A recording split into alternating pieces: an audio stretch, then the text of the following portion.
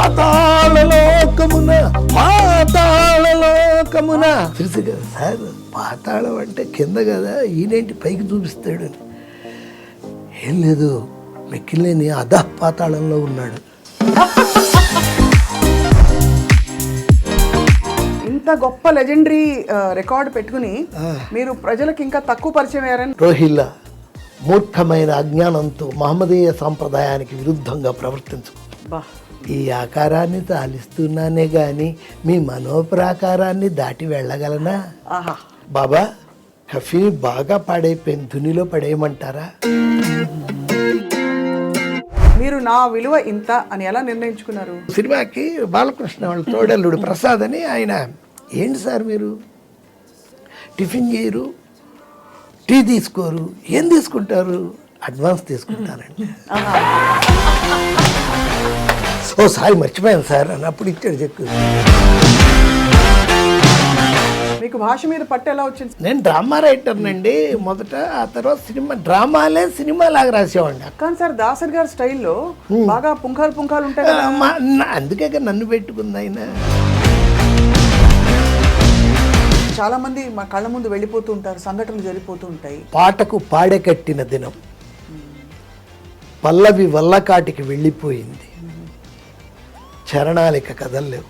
బాబా ఒక 3 ముక్కల్లో మొత్తం చెప్పేశారు. నాకు సీతారామ శాస్త్రి గారు ఫోన్ చేసి, గురువుగారు ఏంటి మీరు అలా అన్నారు, ఇక ఆయన పోతే పాట పాడిగట్టిందనివేనా? నా దృష్టిలో నితిన్ కపూర్ గారికి జయసుధ గారికి మధ్య వీళ్ళు ఎక్కువ ఏది పట్టించుకోరు. ఆ కరెక్ట్ ఏజ్ దాటిపోయాక వాడికి ఓపిక పోతుంది, వీళ్ళు వదిలేస్తారు. సావిత్రి గారిది రకరకాలుగా జైమిని గణేషన్ అతను తాగించాడు, ఇది చేశాడు, రకరకాల వర్షన్స్ చెప్తుంటారు. అది కానే కాదు. ఈ చెట్లనక పుట్లనక ఎంతకాలం నేను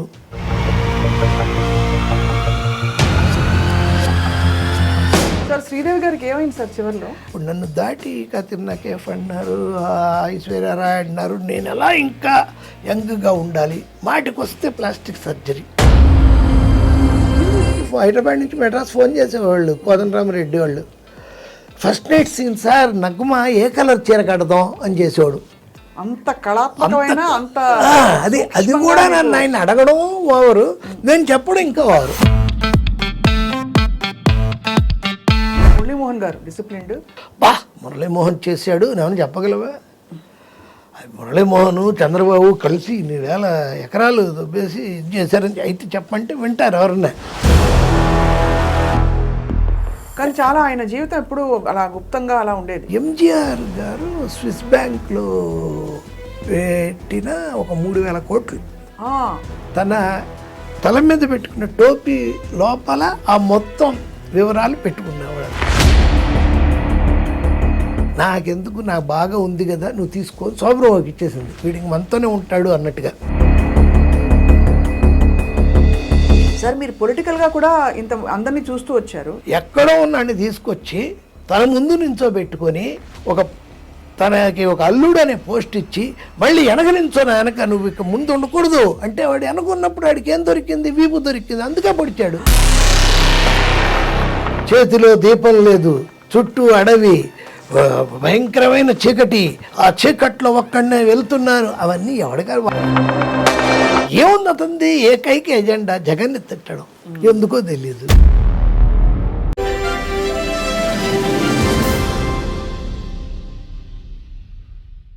అందరికీ నమస్కారం. ఐడ్రీమ్ మీడియా సగర్వంగా సమర్పిస్తోంది సిల్వర్ స్క్రీన్ లెజెండ్స్. ఇవాళ మన అతిథిని పరిచయం చేసుకోవడం కొంత గజగజ ఉణుకుతూ మొదలు పెడుతున్నాయి, ఎందుకంటే ఆయన మాటల మాంత్రికుడు. ఆయన మాటల్లో, ఆయన కలంలో నవ్వులు, లవ్వులు, పువ్వులు, ఇంకా భక్తి, రక్తి, ఆవేదన, ఆవేశం ఒకటి కాదు అన్ని రసాలు పలుకుతూ ఉంటాయి. ఎన్నో హిట్ చిత్రాలు, సుమారు 202 చిత్రాలకి ఆయన సంభాషణలు అందించిన రచయితగా, అలాగే 50 చిత్రాలకు పైగా తన నటనా కౌశలాన్ని కూడా అందించిన గొప్ప నటుడిగా, అండ్ అన్నిటికంటే ముఖ్యంగా గొప్ప సెన్స్ ఆఫ్ హ్యూమర్ ఉండే వ్యక్తిగా, జీవితాన్ని చాలా దగ్గరగా గమనించే ఒక అన్వేషిగా మనకి సుపరిచితులు శ్రీ తోటపల్లి మధు గారు, కళామూర్తి, ఈరోజు మన సిల్వర్ స్క్రీన్ లెజెండ్. సార్ నమస్కారం. నమస్కారం. చాలా చెప్పేసారు నా గురించేనా? మీ గురించే. మీరు ఇందాక 5 నిమిషాలు ఇంటరాక్ట్ అవ్వడం చాలు. మీ ముందు కష్టం ప్రదర్శనది. అవును. మీకు అది చాలు, మేము కూడా అందుకనే అవి ఇస్తాం. అదే చాలా చాలా గొప్పగా ఉంది సార్ మిమ్మల్ని కలవడం. ఇంత గొప్ప లెజెండరీ రికార్డ్ పెట్టుకుని మీరు ప్రజలకు ఇంకా తక్కువ పరిచయం అయ్యారని నాకు ఒక బాధ మొదలైంది 5 నిమిషాల్లో. అంటే మీ ఇది చూసాక ఇంకా బాగా జనం మిమ్మల్ని తెలుసుకుని ఉండాలి ఇప్పటికే కదా. అంటే మనం ఎక్కువ ఇంటర్వ్యూలు ఇచ్చేవాడిని కాదు, నేను చాలా దూరం, సినిమాకే దూరం. నేను సినిమాలో ఉండి సినిమాకి దూరంగా బతికేవాడిని. నేను షూటింగు, ఇల్లు, రాయాలంటే డైలాగ్స్ మెడ్రాస్లో అయితే పాంగ్రో, ఇక్కడైతే ఆ ట్రైడెంట్ హోటల్, స్క్రిప్ట్ ఇచ్చేయడం వచ్చేయడం. నేను ఈ ఆఫీసులకి చాలా తక్కువ వెళ్ళాను. దాసర్ గారు లాంటి వాళ్ళ ఆఫీసుకి తప్ప. ఆయన అనేవాళ్ళు ఇక సిట్టింగ్ కొంచెం అయిపోతా ఉంది అంటే ఓకే సార్ మరి అనేవాడిని. అంటే ఏమయ్యా ఓన్లీ సిట్టింగ్ అయినా కాసేపు కూర్చొని ఇంటరాక్ట్ అవ్వాలి కదా. ఇంటరాక్ట్ అయితే ఏం చేస్తామని అంటే తెలుసుకోవాలి ఆ విషయాలని. సోది ఇష్టం వాళ్ళకి. సోది ఏంటంటే కూర్చొని ఏవో ఆ విషయాలు నేను అనేవాడిని డిస్కషన్లో, ఏమయ్యా అంత బాగుందంటారు, నన్ను అందరూ అంత టాప్ అనుకుంటారు, నాతో చేయడమే, నువ్వేంటి అలా ఇది అవుతావు అంటే, సార్ నేను తిరుపతి వెళ్ళి గుండు కొట్టించుకొని మీ దగ్గర చూడడానికి వస్తే అప్పుడు నేను పాడుతాను సార్. నేను వచ్చింది పనికి, దానికి మీరు డబ్బులు ఇస్తున్నారు, అది చేసేయాలి, అయిపోయింది, వెళ్ళిపోతాం. మిమ్మల్ని పొగడిన వాళ్ళు ఎవరు ఉన్నారు? మీకు మైక్ ఇస్తే మీరు పొగడిన వాళ్ళు ఎవరున్నారు? ఓసారి అడిగారు నన్ను, ఏమయ్యా ఇంత ఖచ్చితంగా డబ్బులు తీసుకుంటావు నువ్వు, నాతో పని చేయడమే ఒక పెద్ద ఎడ్యుకేషన్ అని అంటారు పరుచూరి బ్రదర్స్ లాంటి వాళ్ళే, నువ్వు మరి నాకేమిస్తున్నావు అని. సార్ మీరు ఇచ్చేదే అవన్నీ కట్ చేసుకునే కదా సార్. మీరు అడిగేది అవునంటే వెంటనే అవన్నీ కట్ చేసుకునే కదా సార్ మీరు ఇచ్చేది. నవ్వారా లేకపోతే? బాగా నవ్వుతారు. ఆయన కావాలని మాట్లాడించి నవ్వుకోవడమే, మోహన్ బాబు కానీ ఆయన కానీ. సార్ ఇప్పుడు అంటే అప్పట్లో నిజంగానే ఇది భయపడి ఇండస్ట్రీలో అవకాశం వస్తే చాలు అని అనుకునే రోజుల్లో మీరు నా విలువ ఇంత అని ఎలా నిర్ణయించుకున్నారు? ఏం లేదండి, ఇప్పుడు ఈ ముందు ఫస్ట్ సినిమా దేవాంతకుడికి 25,000 ఇచ్చారు నాకు. చాలా గొప్ప పేమెంట్ ఆ రోజు. మంచి అంటే సత్యానంద్ గారే అప్పుడు 25,000 తీసుకుంటున్నారు, జంజాల్ గారు అయితే 20. ఆ టైంలో నేను 25 తీసుకున్నా. ఏం లేదండి, వర్క్తో కొట్టడం అంతే, ఇంక వేరే ఏం లేదు నాకు. టాలెంట్ తీసేస్తే నేను వేస్ట్ అక్కడ. అది నన్ను భరించడం కూడా కష్టం, నేను ఎక్కువ మాట్లాడను, ఎక్కువ చేయను. టాలెంట్ అంతే. ఒకటి బాగాలేదు అంటే ఎందుకు బాగాలేదు అనేది నా లైఫ్లో అడగను. నాతో చర్చలు ఉంటాయి తప్ప వాగ్యుద్ధాలు ఉండవు. అస్సలు ఉండవు. ఇది బాగాలేదు, పోనీ ఇది బాగాలేదు, పోనీ ఇది బాగాలేదు, పోనీ ఇది. రెండోది కొంచెం బాగున్నట్టు అనే వరకు ఇస్తానే ఉంటాను. నాకేమో గోస్ట్ రైటర్ ఉండరు, నేను రాయను, డిక్టేషన్ నేను. అసిస్టెంట్ రామోన్ ఉండేవాడు సినిమాలకి, కొన్ని సినిమాలకు కో డైరెక్టర్లు సత్యనారాయణ వాళ్ళని వీళ్ళని అలా రాసుకుంటాం. మేము అసలు పేపర్ కూడా ఇంటికి తీసుకెళ్ళాం. వాళ్ళు చెప్పడం టేప్లో, వాళ్ళు చెప్పింది రాయడం, అదే డైరెక్ట్గా అక్కడ చదవడం, ఆయనకు స్క్రిప్ట్ ఇచ్చేయడం, మా దూరికే తీసుకోవడం, వాళ్ళు వెళ్ళిపోయాక చించేయడం, డస్ట్బిన్లో పడేయడం, రూమ్ ఖాళీ చేసి వెళ్ళిపోవడం. అంతే పని చేయడం, ఇంటికి కూడా అంతే. అది ముందే అయిపోవాలి, అది ముందే ముందే తీసుకుంటాను నేను. ఎందుకు సార్ అంటే ఆ భావన ఎందుకు కలిగింది? ఆ డబ్బులు ఇన్సెక్యూరిటీ సినిమా ఫీల్డ్ ఏముందని దీనికి కులమానమే లేదు కదా. ఇంత చదివితే రావాలి ఇక్కడికి, ఈ టెక్నికల్ ఇది ఉంటేనే రావాలి, ఏమీ లేదు కదా. మాట ఇస్తే కూడా నిలబెట్టుకుంటారు లేదో కూడా తెలియదు కదా కొంతమంది. ఆ రోజుల్లో కొంచెం అలాంటివి ఏంటంటే ఒక సినిమా కాదుగా, నెక్స్ట్ సినిమాకి మనమే ఉండేవాళ్ళం, ఆ నెక్స్ట్ సినిమాకి మనమే ఉండేవాళ్ళం. అందుకనేంటి ఈ సినిమా ఎండింగ్ పేమెంట్ ఆపి ఇంకో అడ్వాన్స్ ఇచ్చేవాళ్ళు. దీని ఎండింగ్ పరిస్థితి ఏంటంటే మీరే రాస్తున్నారు కదా సార్, మళ్ళీ దాంట్లో ఆపి ఇంకోటి ఇచ్చేవాళ్ళు. బట్ మనం ఇలా జాగ్రత్తగా డీల్ చేసి టాలెంట్తోనే అండి కొట్టడం. మీకు భాష మీద పట్టు ఎలా వచ్చింది సార్? 5వ ఏట మీరు నాటకాలు మొదలు పెట్టారో తెలుసు, కానీ ఇంత పట్టు ఎలా వచ్చింది? అంటే సినిమాకి రాయడం, కమర్షియల్ రైటింగ్ ఒక టెక్నిక్ కదా. అవును, నేను డ్రామా రైటర్నండి మొదట. ఆ తర్వాత డ్రామాలే సినిమాలాగా రాసేవాడిని. అక్కడే నేను డ్రామా రైటర్గా విజయవాడలో సక్సెస్ అయ్యాను, ఆల్ ఇండియా రేడియోలో డ్రామా రైటర్ని. ఆ తర్వాత సినిమాలకు వచ్చాక కూడా నాకేంటంటే తొందరగా అయిపోవాలి, అందుకనే షార్ప్గా, స్వీట్గా, స్ట్రైట్గా రాసేవాడిని. స్క్రిప్ట్ తొందరగా కావాలంటే ఎక్కువ డైలాగులు ఉండకూడదు. నాకు 2వ పేజీ డైలాగు నాకు తెలిసిపోతుంది, 2వ పేజీకి మారుతుందంటే నాకు టెన్షన్ వచ్చేస్తుంది. కానీ సార్ దాసరి గారి స్టైల్లో బాగా పుంఖాలు ఉంటాయి కదా. అందుకే నన్ను పెట్టుకుంది ఆయన. జీవితం అనేది ఆకు లాంటిది, ఇంకా ఆకు ఎగిరినా కష్టమే ఎగరకపోయినా కష్టమే, ఇలాంటి ఉంటాయి కదా సార్ ఆయన. అంటే ఎగ్జాంపుల్స్ ఉంటాయి కదా. అవును, దీపం, జీవితం ఒక దీపం లాంటిది. దాంట్లో ఏంటి ఒత్తి అమ్మ, అది నూనె నాన్న, అలాంటివన్నీ రాసారా మరి మీరు? అవి రాస్తే నేను ఎందుకు, మళ్ళీ ఆయన ఉన్నాడుగా. అదే మన స్టైల్లో మనం రాసేవాళ్ళం అంతే. రాయడం ఉంది చెప్పడమే. వన్ డే 2 డేసేనండి నేను స్క్రిప్ట్ రాసేది. పెద్ద పెద్ద హిట్లు చిత్రమాడుతున్నా అంటే 3 డేస్లో రాసేవాడిని. డైలాగులు మొత్తం అన్నీ ఒకేసారి. అప్పట్లో ఏంటంటే స్క్రీన్ ప్లేకి ఒకడు, ట్రీట్మెంట్కి ఒకడు, దీని అలా ఉండేది కాదు నా దగ్గర. అన్నీ నేనే, 1 మ్యాన్ షో. అలా అంతే రాసిచ్చేయడం, చదవడం, వాళ్ళకి నచ్చితే ఓకే, ఏదైనా తేడాలు ఉంటే మళ్ళీ ఇచ్చేయడం. అక్కడే ఫినిష్ చేసి ఇచ్చేసేవాడిని. కొన్ని అయితే సెట్కు రాను, అక్కడ మీరు అన్నదానికి, ఇందాక అన్నదానికి ఇదే జవాబు. సెట్కి వెళ్ళేవాడిని కాదు. చాలా ముఖ్యంగా దాసరి గారు అయితే వెళ్ళేవాడిని. ఇంకెవరికి ముందే కండిషన్ అది, నేను సెట్కి రాను. ఏదన్నా మీరు ఫోన్లో చెప్పినా నేను చెప్పేస్తాను, హోటల్లో ఉంటాను నేను, ఏదైనా చేస్తాను. దానికి ఏం కారణం సార్? అంటే సెట్కి వెళ్తే మళ్ళీ సోదేనా అని కాదు, మనుషులంటే భయం. అయ్యో, నేను నలుగురు దాటి నేను అసలు 1 to 1 తప్ప ఇంకా భరించలేను నేను. కానీ అలా అనిపించట్లేదు సార్ మీరు? ఇప్పుడు అనిపించట్లేదు, మారారా? యాక్టింగ్ ఇప్పుడు యాక్టింగా? ఇప్పుడు నేను చెబుతోంది అంతా కూడా నాకు ఉంటుంది మనసులో. కానీ ఇప్పుడు ఇంటర్వ్యూ కాబట్టి నేను వచ్చాను. సంజయ్ కిషోర్ గారు లాంటి ఆయన పిలిచారు, ద గ్రేట్ స్వప్న మేడం చేస్తున్నారు. ఎలా మనం ఈక్వల్గా చెప్పి విషయం చెప్పకుండా విషయం చెప్పి ఎలా ఇక్కడ ఈ 1 hour వాళ్ళ ఫుటేజ్ ఉంటుందేమో దాన్ని అలా చేయాలి. అంతే. ఈ కూర్చున్నంత వరకు అంతే. కట్ అయిపోయి బయటికి వెళ్ళామంటే ఇంకా అంతే, ఇంకా అసలు గుర్తు ఉంటుంది. మళ్ళీ బయట ఎక్కడ కనపడితే సార్ నేను సార్ మనుషులు గుర్తుంటారు.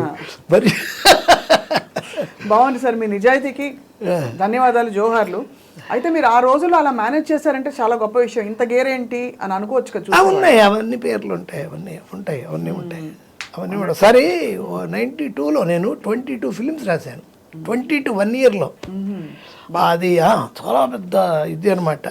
ఎందుకంటే మే 26 ఈయన 91 మే 26న ఆయన రాజీవ్ గాంధీ గారు 21న పోయారు.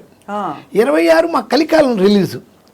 ఆయన పోయాడని చూడగానే వెంటనే నేను తిరుపతిలో ఉన్నాం. అప్పుడు చెన్నై ఫోన్ చేసి జయసూద్ గారితో చెప్పాను, ఒక సాంగ్ ఉంది ఆరణ్య కలికాలం ఉంది కదా బ్యాక్గ్రౌండ్, దానిలో రాజీవ్ గాంధీ డెత్ షాట్స్ ఉంటాయి, అవి వెయ్యండి అని. అప్పటికప్పుడు వాళ్ళు అది వేశారు. అది పెద్ద హిట్. జూన్ 6 అవార్డు వచ్చింది కదా సార్? అవార్డు వచ్చింది నాకు ఉత్తమ మాటల రచయితకు వచ్చింది. June 6th చిత్రం బళారే చిత్రం, అది ఫుల్ కామెడీ, అది super hit. September 20th president గారి పెళ్ళాం. అంతకుముందు నాగార్జున గారికి ఒక 9 ఫ్లాప్లు ఉన్నాయి. ఫస్ట్ టైం నాగార్జున గారు బిట్టు పెట్టింది దానికి, ఆ సినిమాకే. ఆయన ఏంటండి బిట్టు పెట్టారు, నాకు విద్య వస్తున్నాయి ఎప్పుడైనా వాడైనా, నేను హెయిర్ ఉన్నంత వరకు చేస్తానండి, హెయిర్ ఊడిపోయిందని నీకు చేయను అని వాడైనా. చాలా అది అంటే విచిత్రం. అప్పట్లో ఆయన కొంచెం టచ్ మీ నాటుగానే సినిమా అనేది ఓవర్ సీరియస్ కాదు మాలాగా. మాకేంటంటే ఇదే ధ్యాస, ఇదే శ్వాస, ఇదే ఆశ. పనికి ముందేంటి, పనికి తర్వాత ఏంటి, ఆ పని ఉందే అది ఆక్సిజన్ మాకు. ఆ మధ్యలో చేసే పనే, ఇంకో పని లేదు. అయితే మరి ఇంటికి వెళ్ళి ఏం చేసేవారు సార్ మామూలుగా? ఇంటికి వెళ్ళేది రాత్రి 1 గంటకు వెళ్తాం. నైట్ నేను నాది రోజుకి 7-8 సిట్టింగ్స్ చేసేవాడిని. మార్నింగ్ 7 to 9, మళ్ళీ ఒక 9:30 to 12:30. ఆ టైంకి నిద్ర లేచి వచ్చేవాళ్ళు జయసుధా, నితిన్ కపూర్ లాంటి వాళ్ళు. అప్పుడు కానీ వాళ్ళకి తెల్లారదు.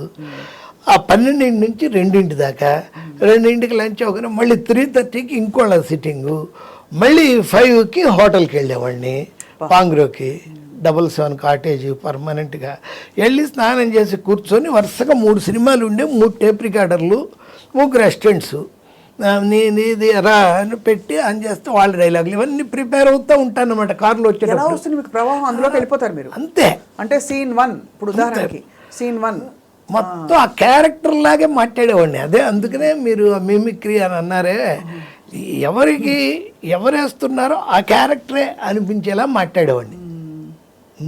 అదే అంటే సరస్వతి కటాక్షం నిజంగా. ఇంకో పని లేదు, ఇంకో పని లేదు, ఇదే తెలుసు నాకు, అంతే.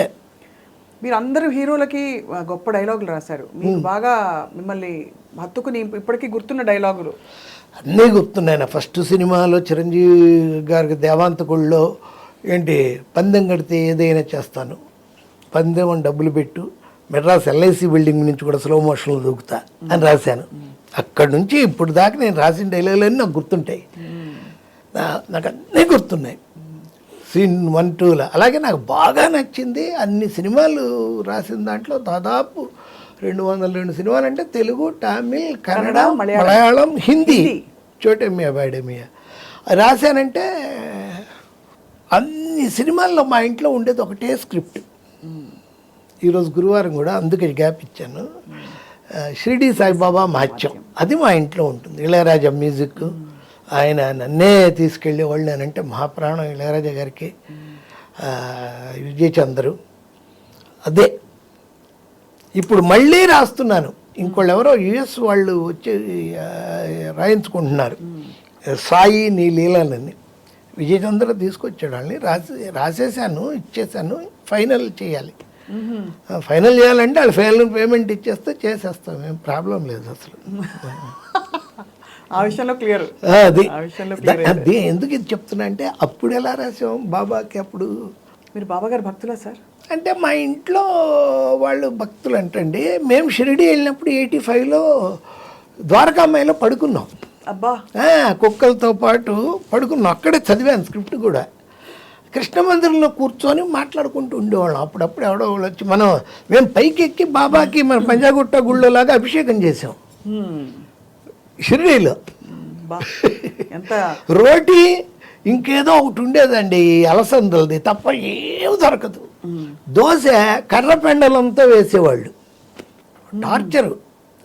భోజనం దొరికి మన భోజనం లేదు అక్కడ. ఇప్పుడు మన వాళ్ళు తప్ప ఉండరు. మనం అక్కడికి వెళ్తే కూడా సార్ బాగున్నారా అని ఓ సెల్ఫీ ఇవ్వండి అలా అయిపోయింది. షిరిడి తెలుగు వాళ్ళే, ఫుల్ తెలుగు వాళ్ళ లాడ్జెస్, తెలుగు వాళ్ళ ఇది అవన్నీ. ఆ సినిమాలో బాబాకి రాసేటప్పుడు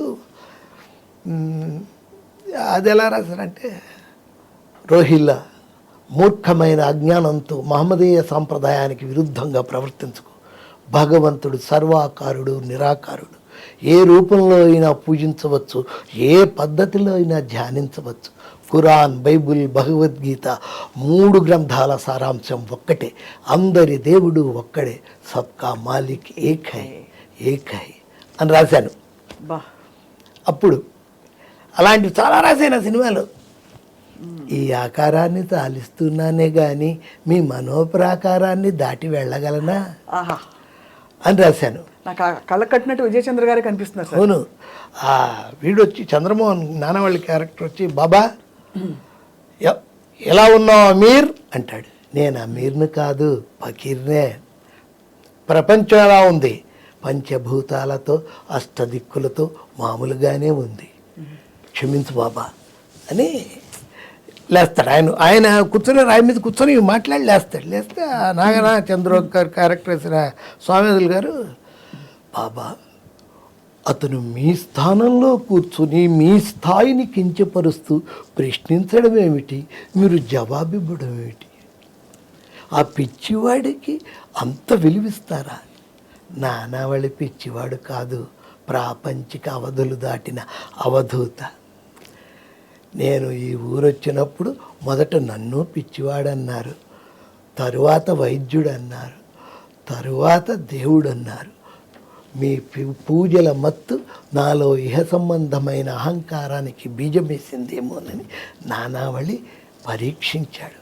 కానీ మీరు పెట్టే పంచభక్ష పరమాన్నాలు నాకు పంచభూతాలు, మీరు చేసే అష్టసేవలు నాకు అష్టదిక్కులు అనే నా సమాధానానికి సమాధానపడి నానావళి వెళ్ళిపోయాడు. పరీక్ష మీకే కాదు నాకు ఉంటుంది. బా, కదిలించేశారు సార్ మనసుని. ఆ, ఇప్పుడు మళ్ళీ రాసిన దాంట్లో చూడండి ఎలా ఎంత తెలివిగా రాశాను. వాడు బాగోజీ దుని దగ్గరకు వచ్చి, అంటే అప్పట్లా ఉండకూడదు, ఇది కొత్తగా ఉండాలి. బాబా కఫీ బాగా పాడైపోయింది, దునిలో పడేయమంటారా? బాగోజీ వద్దు, భద్రపరచు. నా కఫీనే కాదు, నేను వాడే అన్ని వస్తువుల్ని భద్రపరచు. ఎందుకంటే భవిష్యత్తులో ఈ ఇరిగిపోయిన మసీదు మహా ఆలయంగా రూపుదిద్దుకుంటుంది. ఈ బయటే నా ప్రదర్శనశాల ఏర్పాటు చేస్తారు. నా భక్తులు అప్పుడు వాటిని చూసి తరిస్తారు. ఇదంతా జరిగేది ఎప్పుడో కాదు, 100 ఏళ్ల లోపే. అంటే కావాలని అక్కడ అలా చెప్పబట్టి ఇప్పుడు ఇల్లు పెట్టారు అన్నట్టుగా అది థింకింగ్. ఎంత మీరు పరకాయ ప్రవేశం చేసేస్తున్నారు సార్ ఆ పాత్రలోకి. అది అంటే మీకు అలా అనర్గళంగా వచ్చేస్తుంది. అసలు ఎక్కడి నుంచి వస్తుంది సార్? నిజంగా ఎప్పుడైనా మీరు కూర్చొని ఆలోచించారా? అంటే ఇది ఎక్కడి నుంచి ప్రవాహం? ఆలోచించకూడదు. ఆ టైంకి ఎవడన్నా పనిస్తే సంజయ్ కిషోర్ గారు ట్రిప్ ప్రోగ్రామ్ నుండి ఆలోచిస్తే ఒక పని అన్న అవుతుంది. అంతేనా? అంతేగాని మళ్ళీ ఎక్కడి నుంచి వస్తుంది ఆలోచిస్తే నాకే డౌట్ వచ్చి ఇదేదో ఎక్కడి నుంచి వస్తుంది, ఈ రోజు నుంచి రాకుండా ఉంటే బాగున్నాను. అమ్మో, మీ అంటే జీవితంలో ప్రతి వాళ్ళు ఏదో ఒకటి కోరుకుంటారు, డబ్బులో, కీర్తో, ఇంకోటో కదా. మీరు ఏం కోరుకుంటారు, ఏం కోరుకోరా? పని. పని. నా డైలాగే మొన్ననే ఒక షూటింగ్లో చెప్తే చాలా ఇదే నాకు ఎదురుగా ఉండే ఆర్టిస్ట్, మీరు అంత సార్ నేను షార్ట్లో తప్ప కట్ అన్నానంటే కామ్గా అయిపోతాను. ఎవరితో మాట్లాడు, నేను ఎంత పెద్దవాళ్ళైనా సరే మాట్లాడను. పక్కకి వెళ్ళి దూరంగా కుర్చేసి కూర్చుంటా. క్యారవాన్లు వాటికి కూడా వెళ్ళను. మధుగాని బలండి రెడీ సార్ అని ఉండాలి మనం. అలా ఉంటా నేను. అసలు ఏమి ఇది చేయను. అబ్బా ఇన్నేళ్ళైనా మీరు ఏంటి సార్ ఇంత ఇది అంటే అన్నాను. నేను పని ఉంటే శివం, లేకుంటే శవం. అంతే, అదే ఇది కరెక్ట్ నా క్యారెక్టర్. నేను పని ఉంటే శివం, లేకుంటే శవం. పని తప్ప నాకు వేరే పనే లేదు. అంతే, చేసుకుంటూ వెళ్ళిపోవాలి. మరి ఇంతకంటే ప్రపంచం లేదు, ఇదే మీ ప్రపంచం కదా సినిమా. మరి చాలా మంది మా కళ్ళ ముందు వెళ్ళిపోతూ ఉంటారు, సంఘటనలు జరిగిపోతూ ఉంటాయి, అప్పుడు మీరు చెల్లిస్తారా? తక్కువ. అంటే వేటూరు గారు లాంటి, వేటూరు గారు పోయినప్పుడు ఆయన బాగా క్లోజ్ కాబట్టి మా ఇంటి దగ్గరే వాళ్ళ అపార్ట్మెంట్స్ కూడా, ఆయనకి తోటకూర అది ఉడికించి ఏదో తీసుకెళ్ళేవాడిని లాస్ట్లో. బాగా క్లోజ్ నాకు, బాగా. ఆయన ఏటో నువ్వు ఏదైనా జన్మలో రుణమో కానీ ఇవన్నీ తీసుకుంటూ ఇస్తున్నా అనేవాడు పాపం. ఆయన మహా కామెడీ చేస్తారు. అవును, అసలు ఎక్స్ప్రెషన్ లేకుండా జోక్ చేస్తారు. ఏడో దిక్కుమాలింది అంటాడు. ఆ వేటూరు గారు పోయినప్పుడు అప్పుడు చెప్పాను ఇలా మీడియా ముందు. అలాంటప్పుడే వస్తాను నేను. సార్ మీరు జయసుధ గారు నితిన్ కపూర్ గారితో చాలా పనిచేశారు కదా. నితిన్ కపూర్ గారికి జయసుధ గారికి మధ్య అంటే మీరు వారి కష్టాలు చూస్తుంటారు. జయసుధ గారు చాలా కష్టపడ్డారని వినికిడి సార్, మీరు బాధపడ్డారా? అంటే అదే ఏం లేవండి. అంటే మీరు చెప్పేదంతా ఇప్పుడు 3-4 ఏళ్ల క్రితం ఆయనకి అదే ఏదో ఇదే డిప్రెషన్ కాదులేండి, ఏదో ప్రాబ్లం వచ్చింది ఆయనకి, హెల్త్ వైజ్ కూడా బాగా ఖర్చు అవుతాయి అయ్యే ఇది వచ్చింది ఆయన ప్రాబ్లం, ఖర్చు అయ్యే ఇది. అంతకంటే చెప్పలేను నేను. దానికి ఈవిడ సెలబ్రిటీ కాబట్టి ఫస్ట్ టైము దాసర్ గారు చెప్పారని కిమ్స్కి తీసుకెళ్ళారు. చచ్చేంతవరకు తీసుకెళ్ళకపోతే పెద్ద ప్రాబ్లం వచ్చేస్తుంది, అది తీరని ప్రాబ్లం అది. అలాంటిది దాంతో ఆవిడ చాలా కష్టపడుతూ చేసింది. లాస్ట్ అది కూడా 4 years బ్యాకే. అప్పటికి మేము బట్ అప్పుడంతా చాలా జాలీగా ఉండేది. ఆవిడ స్టైల్ ఏంటంటే షూటింగ్, ఈవినింగ్ అయితే మంచి పార్టీ, బాగా ఈరోజు డబ్బులు ఈరోజు ఖర్చు పెట్టేస్తాం. ఆ రోజుల్లో 1993-94లో ఆవిడ, వాళ్ళ బ్రదర్స్ ఇద్దరు, వాళ్ళ భార్యలు, వాళ్ళ పిల్లలు, ఆవిడ చెల్లి, తల్లి, అంతమంది ఉండేవాళ్ళ వినస్ స్టూడియో పక్కన ఓన్ హౌస్. ఆవిడే చూసుకునేవారు కదా అందరినీ. 25 లీటర్స్ పాలండి పర్ డే వాళ్ళ ఇంట్లో. నేను ఏంటండి మీరు పాలు కొనుక్కొచ్చి మళ్ళీ అమ్ముతారా ఏంటి 25 లీటర్లు ఏంటి అంటే ఆవిడ ఏంటో అండి అలా జరుగుతోంది. కానీ అసలు డబ్బులు దాచుకోరు ఆవిడ. డబ్బులు దాచుకోరు, కానీ దాచుకోలేదు కాబట్టే ఇప్పుడు బాగా, అంటే ఇప్పుడు చూడండి ఆవిడ ఒంటరి అయిపోయారు. ఆవిడేం పెద్ద వంటనే ఉండదండి.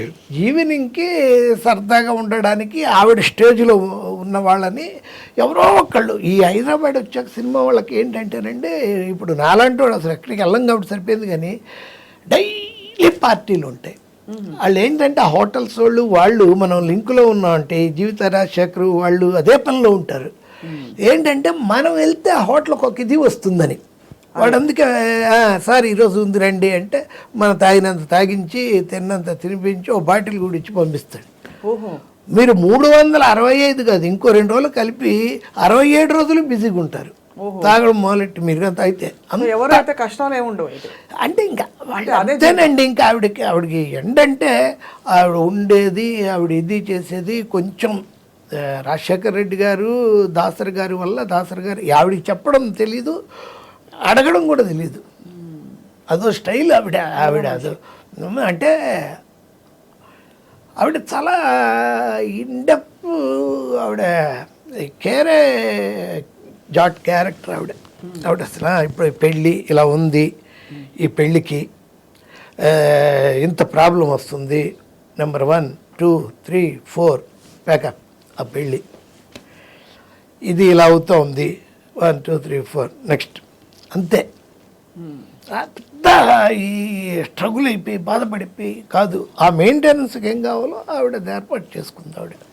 ప్రాబ్లం అది కూడా రాజశేఖర రెడ్డి గారు వచ్చినప్పుడు ఎమ్మెల్యే అయ్యి దాసరి గారు చెప్పి పాపం అంటే అలా.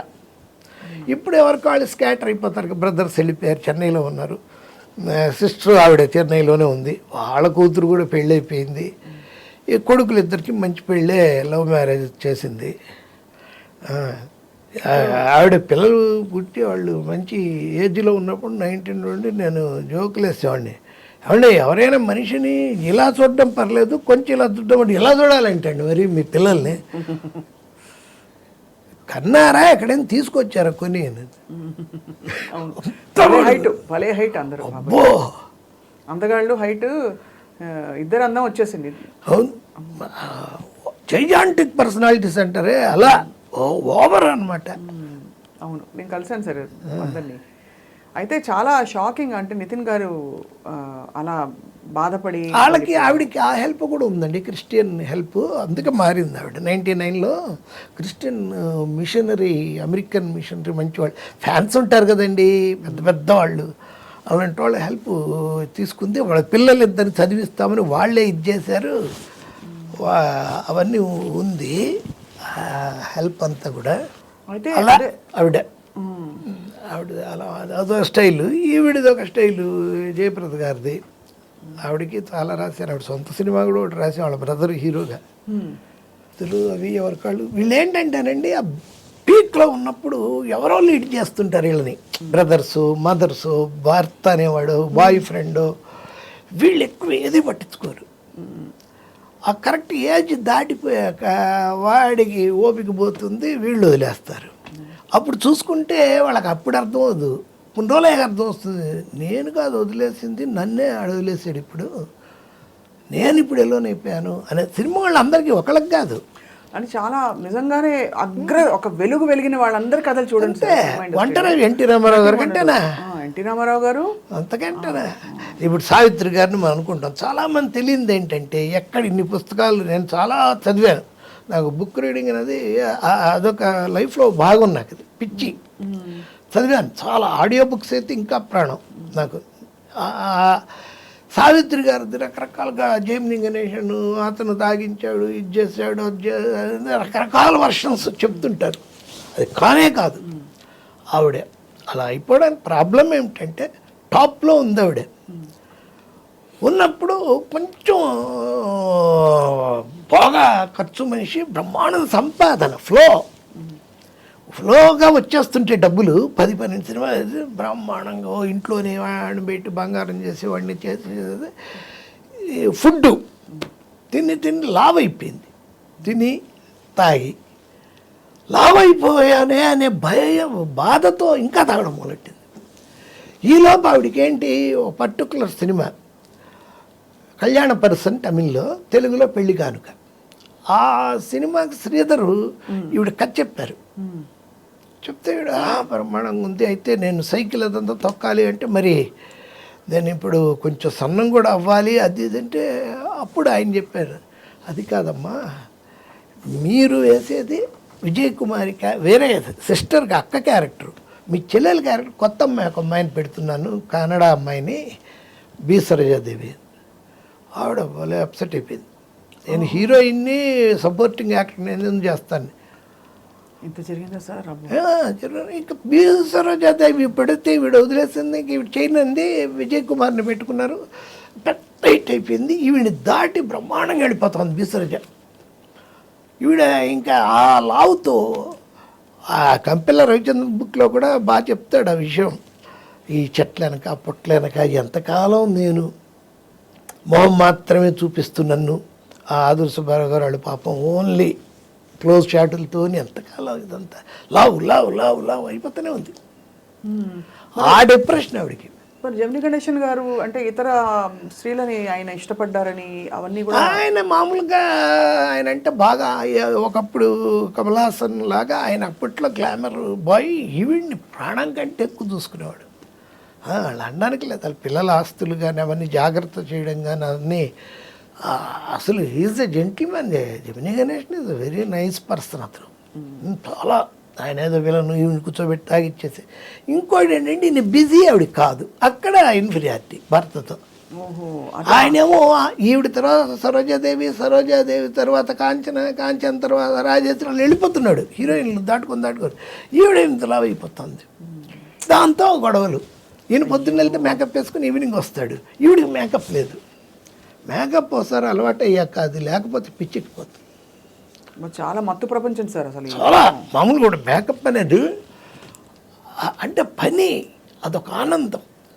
ఆర్టిస్టులు అందరూ అండి, ఈవెన్ ఈవిడ ఉంది శ్రీదేవి గారు. శ్రీదేవి గారు కాదు, ఆవిడేంటి ఎంతప్పటి నుంచి యాక్ట్ చేస్తూ ఉండింది. ఓ 55 వచ్చేలాకే ఆవిడకి డయాబెటీస్ వచ్చింది, హై బీపీ ఉంది, హైపర్ టెన్షన్ ఉంది, ఇన్ఫీరియారిటీ కాంప్లెక్స్ ఉంది, రకరకాల వాటి మధ్య పిల్లలు ఉన్నారు. ఆవిడకి ఇన్ఫీరియారిటీ ఏంటి సార్? అతిలోక సుందరం. అలా కాదు, ఇన్ఫీరియారిటీ కాంప్లెక్స్ అంటే ఇప్పుడు నన్ను దాటి కత్రినా కైఫ్ అన్నారు, ఐశ్వర్య రాయ్ అన్నారు, నేను ఎలా ఇంకా యంగ్గా ఉండాలి. మాటికి వస్తే ప్లాస్టిక్ సర్జరీ, మాటికి వస్తే లండన్ వెళ్ళిపోవడం ప్లాస్టిక్ సర్జరీ, ముక్కు కొంచెం వంక గర్మ, మూతి కొంచెం వంకర, కళ్ళు కొంచెం డైటింగు, తినదు, డ్రింక్ మంచి డ్రింకర్ ఆవిడ, డ్రింక్, హై డయాబెటీస్. సార్ ఇండస్ట్రీలో అందరూ, అంటే ఇది నేను తప్పుగా అడగట్లేదు, మరో విధంగా అగౌరవంగా అడగట్లేదు, డ్రింక్కి అలవాటు పడడానికి ఒత్తిడి ప్రపంచం కారణమా, లేకపోతే విలాసవంతమైన జీవితం అలవాటు అయిపోతుంది? ఎందుకంటే అంటే డ్రింక్ అనేది యాక్చువల్ చెప్పాలంటే అదొక part and parcel of life అయిపోయిందండి. సినిమాల్లో అయిపోతుంది అది, ఒక రిలాక్సేషన్. అది దాటిపోయా కదా ఇప్పుడు ఒక 20 ఏళ్ళగా డ్రగ్స్ మీద పడింది. ఆర్గన్స్, నీకు కిడ్నీ పోతుంది, లివర్ పోతుంది, దానికంటే నువ్వు డ్రగ్ అయితే ఆర్గన్స్ బాగుంటాయి అని సజెషన్ ఇస్తారు డాక్టర్స్. డాక్టర్స్ వాళ్ళకి డాక్టర్స్ ఉంటారు, వాళ్ళే ఇస్తారు ఇంజెక్షన్ కూడా. అలాగే ఎక్సర్సైజ్, డ్రగ్ తీసుకుంటే మీరు ఒక ఆన్స్ ఒక 1000 చేయగలిగితే అది 10,000 చేయిస్తుంది. స్టామినా విపరీతమైన ఇది, దానికన్నా అలవాటు పడతారు. సార్ ఇంత ప్రపంచం మీరు ఇంత చూశారు జీవితం, ఒక స్పెక్టేటర్గా మీరు చూస్తూ వచ్చారు. మీరు ఏం స్వీయ నియంత్రణలు పెట్టుకున్నారు? అంటే మీరు ఎక్కడికి వెళ్ళనని చెప్పారు, ఎక్కడికి వెళ్ళరు, బయటికి వెళ్ళరు, మానవ సంబంధాలు చూశారు, మోసాలు చూశారు, అందమైన ప్రేమలు చూసుంటారు, ఇలాంటి అలవాట్లు చూసుంటారు. కానీ నేను ఇలా ఉండాలని ఏమైనా పరిధులు పెట్టుకున్నారా మీరు? అవన్నీ మామూలు ఆటోమేటిక్గా మనకు ఉన్నట్టు సెల్ఫ్ డిసిప్లిన్ మనకి భగవంతుడు ఇచ్చిందే తప్ప. ఒకటి ఉందండి, నేను అదే కూడా రాశాను సాయి నీళ్ళలో, ఆ డైలాగ్ కూడా. వాడు వస్తాడు ఒకడు, వాడి భార్య, ఆయనకు రోజు పచ్చి కుండలు తీసుకొచ్చి ఇస్తారు, దాంట్లో లేదు, నేను ఇప్పుడు రాసుకున్నది.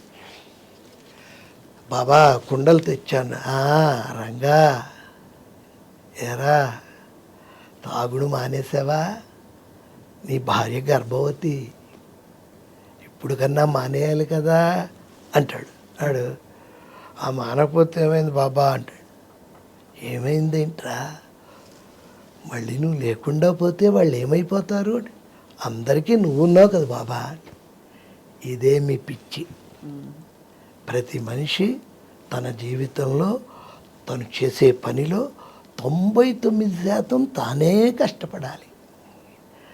అంతా అయిపోయాక 1% నేను సాయపడగలను.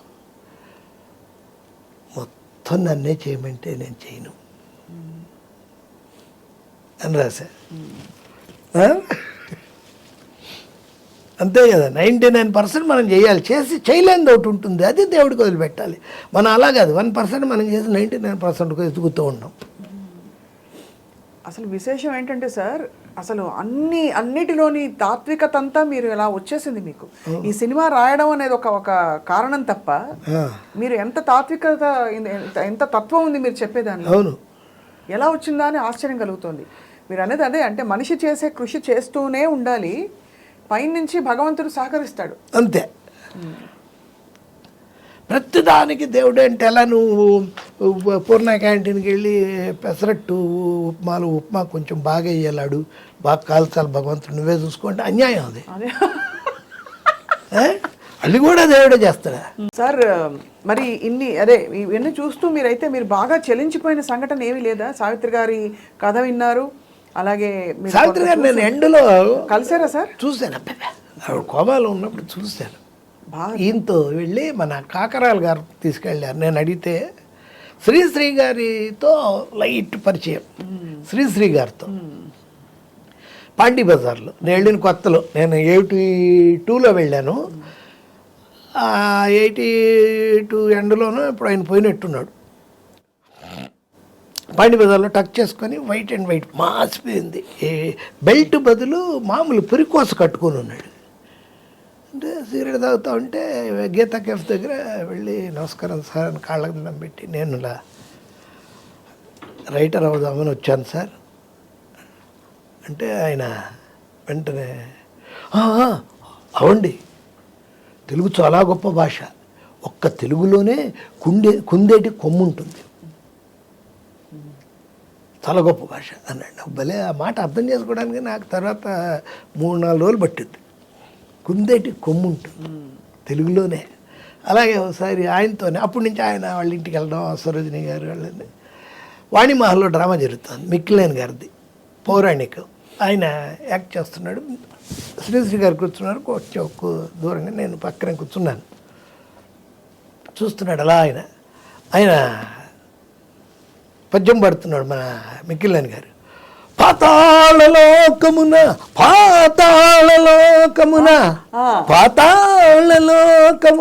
అంటే నేను అన్నాను, నేను శ్రీశ్రీని అన్నాను. శ్రీశ్రీ గారు సార్ పాతాళం అంటే కింద కదా, ఈయనేంటి పైకి చూపిస్తాడు అని. ఏం లేదు, మిక్కిలేని అధః పాతాళంలో ఉన్నాడు. తప్పేం లేదు. పంచుతో కొట్టేశారుగా. బా ఎంత గొప్ప అనుభవాలు సార్ ఇవన్నీ.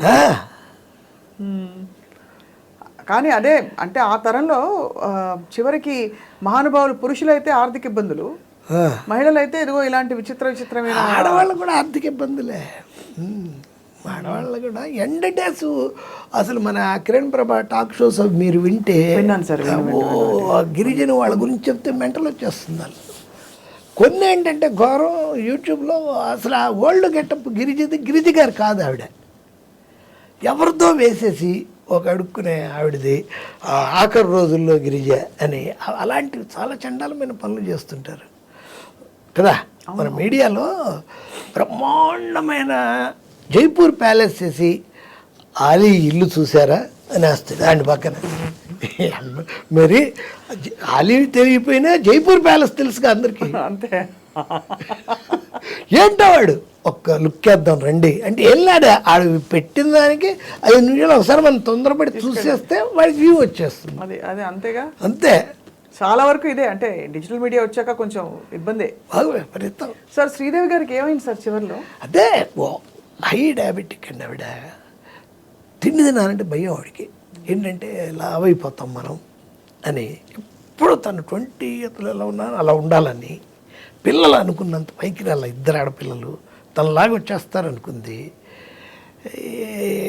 ఖర్చు రోజుకి దాదాపు వాళ్ళ అమ్మ కూతుళ్ళకి అంటే బోని కపూర్ ఎట్టి పరిస్థితుల్లో ₹1,00,000 రోజు ఖర్చు పెట్టాలి. ఖర్చు ఉంది, డబ్బు ఆవిడకి ఏంటి ఖర్చు. దాంతో ఏం చేయాలో తెలియని ఫ్రస్ట్రేషన్, భయంకరంగా పనిచేసిన ఆవిడ 3 షిఫ్ట్ 4 షిఫ్ట్లు హిందీలోను తెలుగులోను కొట్టే తమిళ్లోను. పని తగ్గిపోయింది, అందంగా అలాగే ఉండాలి. అందుకని డ్రింక్ రోజు వాళ్ళకి కంపల్సరీ మార్నింగ్ తాగుతుంది ఆవిడ, ఈవినింగ్ తాగుతుంది ఆవిడ. దాంతో ముందు రోజు లేట్ నైట్ అయిపోయింది. ఆ రోజు ఆయన లేరు, ఎవ్వరు అటు అమ్మాయి లేదు, ఈ బోని కపూర్ గారు లేరు. ఏం చేసిందంటే సరే మళ్ళీ మొదలెట్టి 11 తాగడం మొదలెట్టి.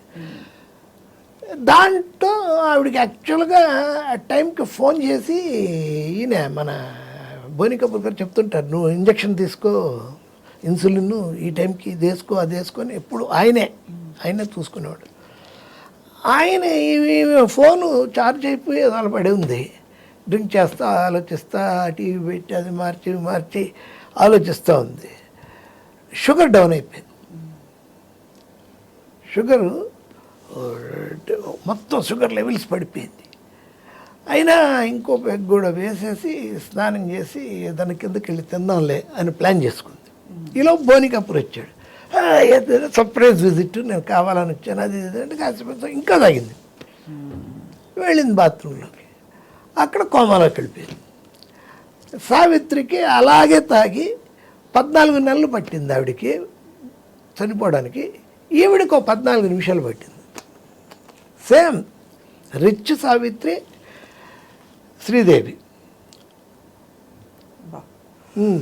పోరు శ్రీదేవి, సావిత్రి గారు డ్రింకే బాబోయ్ సార్. ఎందుకు అసలు తెలిసి ఇంత చూసి కూడా ఇప్పటికేమన్నా మారిందో లేదో తెలియదు. గొప్ప జీవితాలని చెప్తే సార్ మురళీమోహన్ గారు డిసిప్లిన్డ్, ఆయన ఇన్వెస్ట్ చేసి వాళ్ళందరూ అసలు ఆర్టిస్టులే కాదు కదా సార్. మురళీమోహన్ గారు మనము మురళీమోహన్ చేశాడు నేను చెప్పగలవా? మురళీమోహన్ చంద్రబాబు కలిసి ఇన్ని వేల ఎకరాలు దొబ్బేసి ఇది చేశారని అయితే చెప్పమంటే వింటారు ఎవరన్నా. మురళీమోహన్ పర్ఫార్మెన్స్ ఉంటుందండి ఆ సినిమాలో అనే అన్న ఒక్కడే. చంద్రమోహన్ని చెప్పచ్చు. చంద్రమోహన్ మరి ఎంత సంపాదించాడు బ్రహ్మాండంగా, ఎంత బాగున్నాడు. బాగున్న వాళ్ళు ఉన్నారు ఇక్కడ. జంజాల్ గారు ఉన్నారు, తాగి 57 అదే.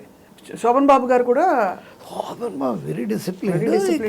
ఇక ఆయనకి 73 ఏట ఆయన రాసి పెట్టింది, అలా పోయారు. కానీ చాలా ఆయన జీవితం ఎప్పుడు అలా గుప్తంగా అలా ఉండేది. గుప్తం అంటే మీకు విషయం చెప్తాను, నాతో బాగా క్లోజ్గా ఉండేవాళ్ళు. మేము సోగ్గాడి కాపురం అని ఏవేవో సినిమాలు ఆయనకి రాశాను 3-4.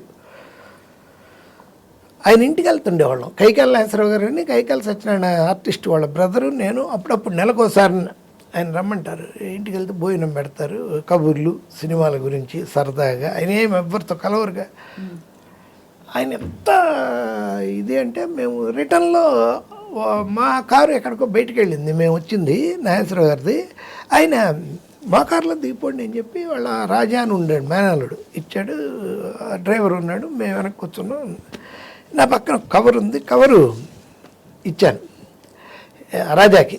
రాజా గారు ఇక్కడ ఏదో కవర్ ఉంది అని ఓపెన్ చేసి మాకు చూపించాడు. 5 కోట్లు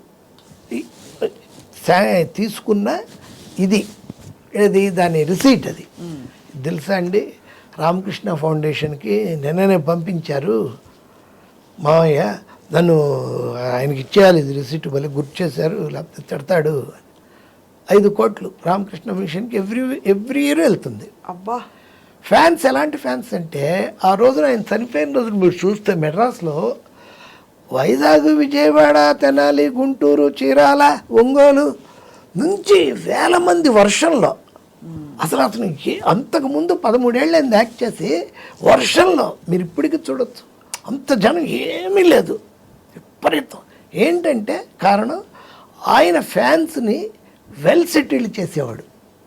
తన ఫ్యాన్ స్ట్రాంగ్గా అనుకుంటే ఏం చదివావు, ఏం చేస్తున్నావు, నీకేంటి ఇన్కము, రేపు ఎలాగ నువ్వు ఒక అంటే సార్ నాకు ఫ్యాన్సీ స్టోర్స్ పెట్టుకుందాం అనుకుంటున్నాను సార్. సరే ఇదిగో ఈ ₹1,00,000 తీసుకో అంటే పెట్టుకో. ఆయనకు అంత సంపాదన ఉండిందా సార్ ఎవరికి?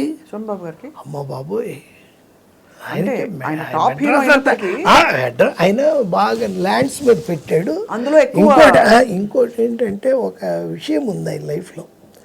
ఆ 71 నుంచి 76, 77 దాకా జయలలిత గారితో ఆయనకు మంచి ఇది ఉండింది, ర్యాపోర్ట్ అవును ఉండింది. అది జగమెరిగిన సత్యమే. ఆ ర్యాపోర్ట్లో ఈయన బాగున్నాడు హ్యాపీగా, ఆవిడ బ్రహ్మాండంగా ఆవిడే బాగుంది. ఆవిడ ఏం చేసిందంటే ఎంజీఆర్ గారు స్విస్ బ్యాంక్లో పెట్టిన ఒక 3,000 కోట్లు శోభన ప్రేమతో, ఇది నాకు సరిగ్గా తెలియట్లేదు, నేను అది ఆయన ఏంటి ఎంజీఆర్ అది తన తల మీద పెట్టుకున్న టోపీ లోపల ఆ మొత్తం వివరాలు పెట్టుకున్నవాడంట. అందుకే ఆ హ్యాట్ ఎప్పుడు అలా పెట్టుకునేవాడంట. నిజమా సార్? నిజం. అది ఈవిడ తీసుకుంది, ఈవిడ చూసింది, దీన్ని కరెక్ట్ అయిన వాళ్ళందరూ చూపించింది. ఇలా ప్రాసెస్ అంటే నాకెందుకు, నాకు బాగా ఉంది కదా నువ్వు తీసుకొని శోభరావుకి ఇచ్చేసింది, వీడికి మనతోనే ఉంటాడు అన్నట్టుగా. దాన్ని ఆయన మంచి స్థలాలు గిలాలు కొని జయలలితకి సగం తనకు సగం చేశాడు, మిస్యూజ్ చేయకుండా. ఆవిడకి ఇప్పుడు తర్వాత ఎవరు లేరు, తినేవాళ్ళు ఎవరు తిన్నారు కూడా తెలియదు మనకి. అదొక అసెట్ ఆయనకి. 3,000 కోట్ల అలాగే టోపీలు దాచుకున్నారా? 3,000 స్విస్ బ్యాంక్లో ఉంది ఆ డబ్బు. పైగా ఆయనకంతా పొలిటికల్ ఇది నుంచి వచ్చిందంతా. ఎవరికి? సినిమాలు, పాలిటిక్స్. 3,000 కోట్లు సార్. అవును. ఎంత ఇస్తే మాత్రం ఒక్కో సినిమా అప్పట్లో మీరు నేను చెప్పేటప్పుడు 70s లో 3,000 అంటే ఇప్పుడు నాకు తెలిసి 3,00,000 కోట్లు అవుతుంది. అంతేగా చంద్రబాబు సంపాదనలో సగం. అదే అంత సంపాదించారు సార్ చంద్రబాబు నాయుడు. 6,00,000 కోట్లు ఎందుకుండవు? ఉంటాయా? ఎసెట్స్ ఉంటాయండి. 6,00,000 అంటే ఈ రూమ్ అంతా వరుస సినిమాల్లో చూపించినట్టు కట్టలుగా ఉండదు. ఎసెట్స్ ఈ వీధి మందే, అక్కడ మందే, సింగపూర్లో హోటల్స్, అమెరికాలో హోటల్స్, అలా ఉంటే వాళ్ళు అవన్నీ అనుభవించడానికి ఏమి ఉండదు.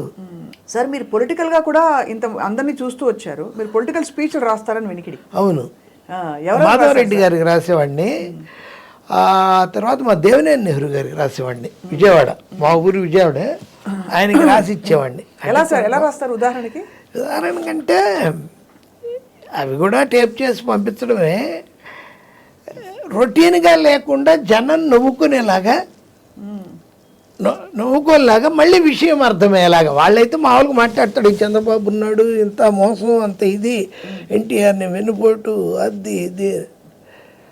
చంద్రబాబుది తప్పు కాదు మనం రాస్తే, దేవినేని చంద్రబాబు తప్పే కాదు, ఎక్కడో ఉన్నాడిని తీసుకొచ్చి తన ముందు నించోబెట్టుకొని తనకి ఒక అల్లుడు అనే పోస్ట్ ఇచ్చి మళ్ళీ వెనక నువ్వు ఇక ముందు ఉండకూడదు అంటే, వాడు వెనకున్నప్పుడు వాడికి ఏం దొరికింది? వీపు దొరికింది, అందుకే పొడిచాడు. ఓ అంటారు జనం. మీరు అంత ఎంత క్రియేటివ్ గా దాన్ని ఫ్యాక్ట్ ని అలా ఉంటాయి, జనానికి అర్థమయ్యేలా చెప్పారు కథ రూపంలో. ఇంకా సార్ రాసినప్పుడు సార్ దాన్ని కూడా మీకు ఏమనుకోకండి, అబ్బాయి డబ్బు లేకుండా ఎందుకు? ఇంకా డబ్బునే లేదే క్వశ్చన్ లేదండి అసలు. సో అయితే ఎలా ఇచ్చేవారు సార్? నన్ను ఓ సినిమాకి బాలకృష్ణ వాళ్ళ తోడల్లుడు ప్రసాద్ అని, ఆయన దీంట్లో బాలయ్య హీరోగా సినిమా మేము చేస్తున్నాం, డిస్కషన్స్. ప్రసాద్ గారు ఒకరోజు అయింది, 2 రోజులు అయింది, 3 రోజులు అయ్యాక, ఏంటి సార్ మీరు టిఫిన్ చేయరు, టీ తీసుకోరు, ఏం తీసుకుంటారు? అడ్వాన్స్ తీసుకుంటానండి. ఓ సారీ మర్చిపోయాను సార్ అని అప్పుడు ఇచ్చాడు చెక్కు.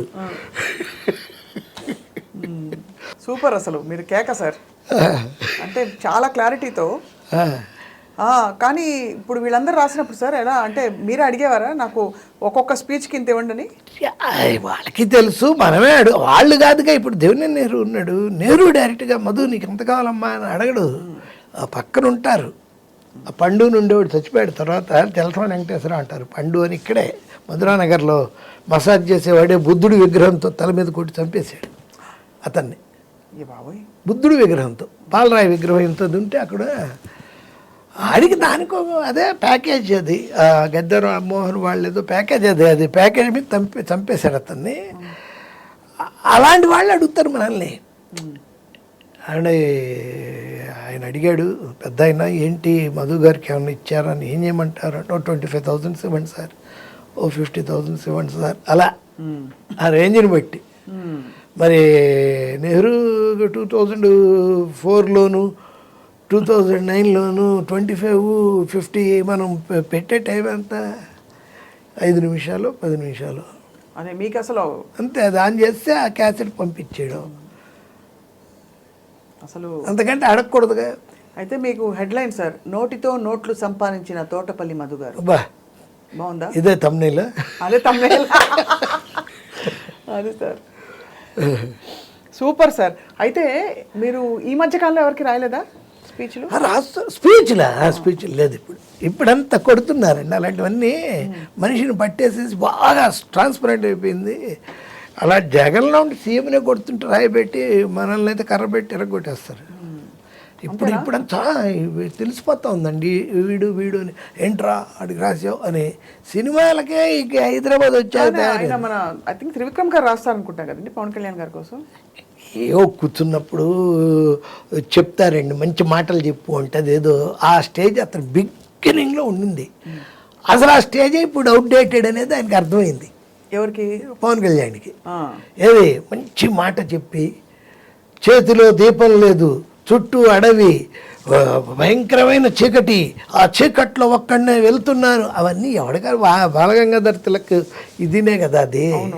అది పోయి ఎవడికి ఆ మాటలు ఎక్కడ అందుతున్నాయి. ఇక నెక్స్ట్ అతను బూతులు మొదలెట్టాడు. అది ఇతను రాసేదే ఉంది, అతను నోటికి వచ్చి చెప్పేదేగా. ఏముంది అతనిది ఏకైక ఎజెండా జగన్ని తిట్టడం, ఎందుకో తెలీదు. అంతకంటే ఏముంది దానికి? మేము రాసేది ఉంది ఆ తిట్లు. ఒకవేళ ఆయన చెబుతుంటే మనం రాసుకోవచ్చు, ఇంకంతే. అంతే, ఆ తిట్లు అంత ఆయన ఏముంది పెద్ద. ఈ రోజున ఇప్పుడు మరీ అన్యాయంగా ఉంది పాలిటిక్స్ కదా. మనం రాసి ఇది కొంచెమన్నా న్యాయంగా ఉన్నప్పుడు నేను రాశాను. ఏమిటి జనం ఆకాశం చిల్లు పడిందా, భూమి దద్దలైందా, రామారావు గారికి 10 రోజులు రాసిచ్చారు. ఆ జనాన్ని ఇప్పుడు తీసుకొస్తున్నారా బాబు బస్సులో అంటున్నారు జనం. అంతేగా, ఇంక ఈడు రాసేదే ఉంది, ఈడు చెప్పేదే ఉంది. అవన్నీ అవుట్డేటెడ్ అయిపోయింది. కరెక్ట్గా. ఒకప్పుడు ఏంటంటే బాగా టాటాలు బిర్లాలు నేషనల్ వైడ్గా, స్టేట్లో కూడా శ్రీశ్రాజులు వాళ్ళు వీళ్ళు రామోజీరావులు తర్వాత వాళ్ళు డబ్బులు పెడితే వీళ్ళు నాయకులుగా నిలబడి, కొంచెం విషయం ఉన్నోళ్ళు నిలబడి గెలిచేవాళ్ళు. బ్రహ్మాండం ఇచ్చారు వాళ్ళు, వీళ్ళేదో ఆ రోడ్డు కాంట్రాక్ట్లు అవి ఇవి పంచుకునేవాళ్ళు. ఆ తర్వాత ఏమైంది, అసలు వీడు నిలబడడానికి నేను డబ్బు ఇచ్చి వీడు గెలిచి నాకు ఇచ్చేదేంటి, నేనే నిలబడతాను. సుజనా చౌదరి, సీఎం రమేష్లు లాంటి వాళ్ళు బాగా డబ్బున్నాళ్ళు వాళ్ళే నిలబడడం మొదలుపెట్టారు.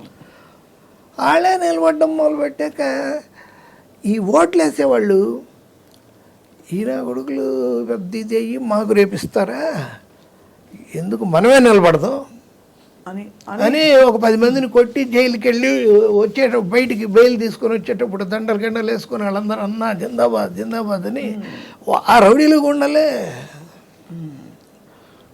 నిలబడుతున్నారు. ఇక సపరేట్ అయిపోయింది పాలిటిక్స్. అది కూడా ఎడ్యుకేషన్ లాగా ఒక డాక్టరు, ఒక ఇంజనీరు, ఒక పొలిటీషియను, అదొక జాబు. నేను ఆ తర్వాత మా అబ్బాయి, అదే బెటరు అని. అవును, ఉద్యోగం. ఎందుకు ఇది కదా సార్, అన్ని రంగాలు మీరు చదివేశారు కదా. అడిగిందని చెప్తున్నాను అంతే. కానీ అన్నిటినీ చదివేసి మీరు దానికి ఒక అభిప్రాయం ఫామ్ చేసుకునే అంత చూసారంటే చాలా చూసినట్టు. అంటే విషయం ఏంటో పసిగట్టేశారు మీరు, అంటే ఏం జరుగుతుందని. మరి మీ జీవితం గురించి మీరు ఎప్పుడైనా ఆలోచిస్తారా? అసలు ఆలోచించరా? పని కాకుండా అలాగా నాకు ఇది కావాలి ఉంటాయి కదా సార్, ప్రతి వాళ్ళకి ఒక లక్ష్యమో, ఒక కోరికో, ఒక ఇల్లు కట్టుకోవాలి, పెద్ద కారు కావాలి, నాకు ఫలానా బ్రాండ్ కారు ఉంది, ఇల్లు ఉంది, నాకు 2 పిల్లలు. మా బాబు యుఎస్లో ఉన్నాడు, అక్కడ బ్రహ్మాండమైన కంప్యూటర్ టెక్కీగా చేస్తున్నాడు. సినిమా వాళ్ళకి శాపం ఏంటంటే నా మొదటి నుంచి నాకు తెలుసు, వాడు బ్రహ్మాండం గెలుగుతుంటాడు, దాసనారాయణరావు అంటాడు, అదంటాడు, ఇదంటాడు, రాఘవేంద్రరావు అంటాడు. అది పిల్లలు చూస్తే ఏం చేస్తున్నాడంటే, మనం సినిమా డైరెక్షన్ చేసేయండి, ఇంకా రిలీజ్ అవ్వలేదు అన్నాం, పూరి జగన్నాథ్ దగ్గర అసిస్టెంట్గా పెట్టారండి అన్నాం. అంతకంటే నాశనం చేయడం అనేది ఇంకోటి ఉండదు. నేను ఎప్పుడు చెప్తుంటా, నువ్వు పేదవాడిగా పుట్టడం తప్పు కాదు, అది మీ తల్లిదండ్రులు అలా జరిగింది. నువ్వు పేదవాడిగా చచ్చిపోతే మాత్రం నీ తప్పే అది. నువ్వు ఖచ్చితంగా సంపాదించాలి, నెక్స్ట్ లెవెల్కి ఉండాలి. మా బాబు హ్యాపీగా చదువుకున్నాడు. నా లైఫ్లో అచీవ్మెంట్ అంటే అంతే, మా బాబు అమెరికా వెళ్ళడం నా అచీవ్మెంట్. రెండే, షిరిడి సాయి మా రాయగలడం, మా బాబు అమెరికా వెళ్ళడం. అంతకంటే నేను సాధించింది ఏం లేదు. అంత చాలు నాకు. అంతకంటే ఏముంటుంది? ఇలాగే వెళ్తుంటుంది యాక్టింగు, ఇలాంటి ఇంటర్వ్యూస్. స్వప్న గారు లాంటి గ్రేటెస్ట్ పర్సనాలిటీ మీరు చెప్తుంటే అసలు మాకు మేము ఇలా అంటే అడగడానికి కూడా ఏం లేదు. ఇంతసేపు అంటే అడుగుతున్నానా, మీరు చెప్తుంటే ఆ సన్నివేశంలోకి వెళ్ళిపోతున్నాం మేమే చూస్తున్నట్టుగా. అంత మీరు అంత స్పష్టంగా వివరించి చెప్తున్నారు. అది మీ టాలెంట్ ఆబ్వియస్లీ, అందుకే మీరు ఇంత స్టేజ్లో ఉన్నారు సార్. వాణిశ్రీ గారు ఇప్పుడు అంటూ ఉండేవాళ్ళు, మీరు ఏం మాట్లాడినా అసలు అలా ఇది విజువల్ వచ్చేస్తుందండి. మీ ఐలాషెస్ భలే ఉంటాయి పెద్దగా, మేము పెట్టుకుంటాం ఐలాషెస్ అనేది ఆవిడ. సార్ మీరు ఎవరిని ప్రేమించలేదు సార్ ఇండస్ట్రీలో? అంటే 19 ఏళ్ళకి వచ్చారు కదా ఇండస్ట్రీకి. అవును, ఉన్నాయి అప్పుడు ఉండింది ఎఫ్ఐఆర్లు. ఒక నేను ఆవిడ వాణి విశ్వనాథ్ గారు పెళ్లి చేసుకుందాం అనుకొని భలే దంపతులు అప్పుడు దీనికి కూడా వెళ్ళిపోయాం. ఏది వాళ్ళ కేరళలో గురువాయూర్ పెళ్లి చేసేసుకుందాం అన్నప్పటికీ 1 ఇయర్గా ఉంటున్నాం, తిరుగుతున్నాం అని. మొదట్లో బాగానే అంత హ్యాపీగా ఉంది. ఈ సినిమా లేడీస్ దగ్గర హ్యాపీ ఏంటంటే డబ్బులు మన జాగ్రత్తగా వాళ్ళని సాటిస్ఫై చేస్తే వాళ్ళకి కావాల్సినట్టు చక్కగా మాట్లాడి ఇలాంటి మాటలు చెప్పి, ఆవిడకి వాళ్ళ నాన్నగారు మంచి కవి, ఆవిడ బాగా మాట్లాడుతుంది. ఆవిడ కూడా గురువాయూర్ వెళ్ళిపోయాం పెళ్లి చేసుకుందామని. గుడి తెరవల ఏంటంటే ఆ రోజు సూర్యగ్రహణం, వెనక్కి వచ్చేసాం. గుడి లేదుగా, అందుకని చేసుకోవాలి. అలా ఇంకో 2 అలాంటివి ఉంటే అక్కడ దాకెళ్ళి ఇంకా అయిపోయింది అనుకుంటే అవదు. దానికి మీరు ఏమన్నా ఎందుకు అవ్వలేదని ఆలోచించారా? ఆలోచిస్తే ఇన్ని సినిమాలు రాయలేం, అంత ఆలోచిస్తే. తనతో వెళ్ళాం ఆ రోజు. అంటే బాధపడరా అయ్యో కాలేదే అని? ఆ బాధపడ్డమేగా. అలా మీ లోపల గుండె ఉంది, ఆ గుండెకి పచ్చిగా ఆరకుండా ఒక కత్తితో గీత పడిపోయి ఆ రక్తం కొంచెం కొంచెం కొంచెం కొంచెం కారుతూ కారుతూ కారుతూ సచ్చే వరకు కారుతూ ఉండడమే బాధ. ఆ బాధే కవికి ఉండేది. ఆ బాధ వ్యధ కలిపితేనే ఆ వేదన, ఆ వేదనే నా సాధన. అబ్బబ్బబ్బబ్బబ్బబ్బా, ఎంత గొప్పగా చెప్పారు సార్. ఇప్పుడు ఎలా ఉందంటే మీరు ఇంత నిజాయితీగా పైకి చెప్పడం అన్నది చాలా మందికి ధైర్యం వస్తుంది. జీవితంలో బోల్డ్ జరుగుతుంటాయి కదా సార్, అవన్నీ యాక్సెప్ట్ చేసుకోవడానికి ఒక ధైర్యం కావాలి కదా ప్రతి వాడికి. అది మీరు భలే భలే అందంగా చెప్పారు.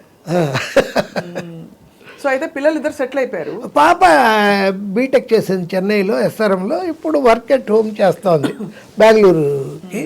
బాబుకి మ్యారేజ్ చెయ్యాలి ఇప్పుడు. ఆ ప్రయత్నమే దీర్ఘంగా చెప్తాను. అంతకంటే నేను ఆశించలే. ఎవరితోనో చెప్పుకుంటే, ఇప్పుడు మా గురుగారు సత్యానంద గారు అమెరికా వెళ్తున్నప్పుడు మా వాడిని తీసుకెళ్ళి ఇలా వెళ్తున్నాడు అని చాలా ఆనందపడ్డారు. చాలా గొప్ప పని చేసేవయ్యా, మన సినిమా వాళ్ళంతా అసిస్టెంట్ డైరెక్టర్లుగా వాడిని కెమెరా డిపార్ట్మెంట్లో చేర్పించి చాలా మంది సార్ అంటే స్ట్రగ్లింగ్ స్టేజ్ తయారైపోతారు. ఎందుకు అలాగా? చదువు లేకుండా మనదే అది. మా ఇంట్లో సినిమా ఒక్క షీల్డ్ ఉండదు.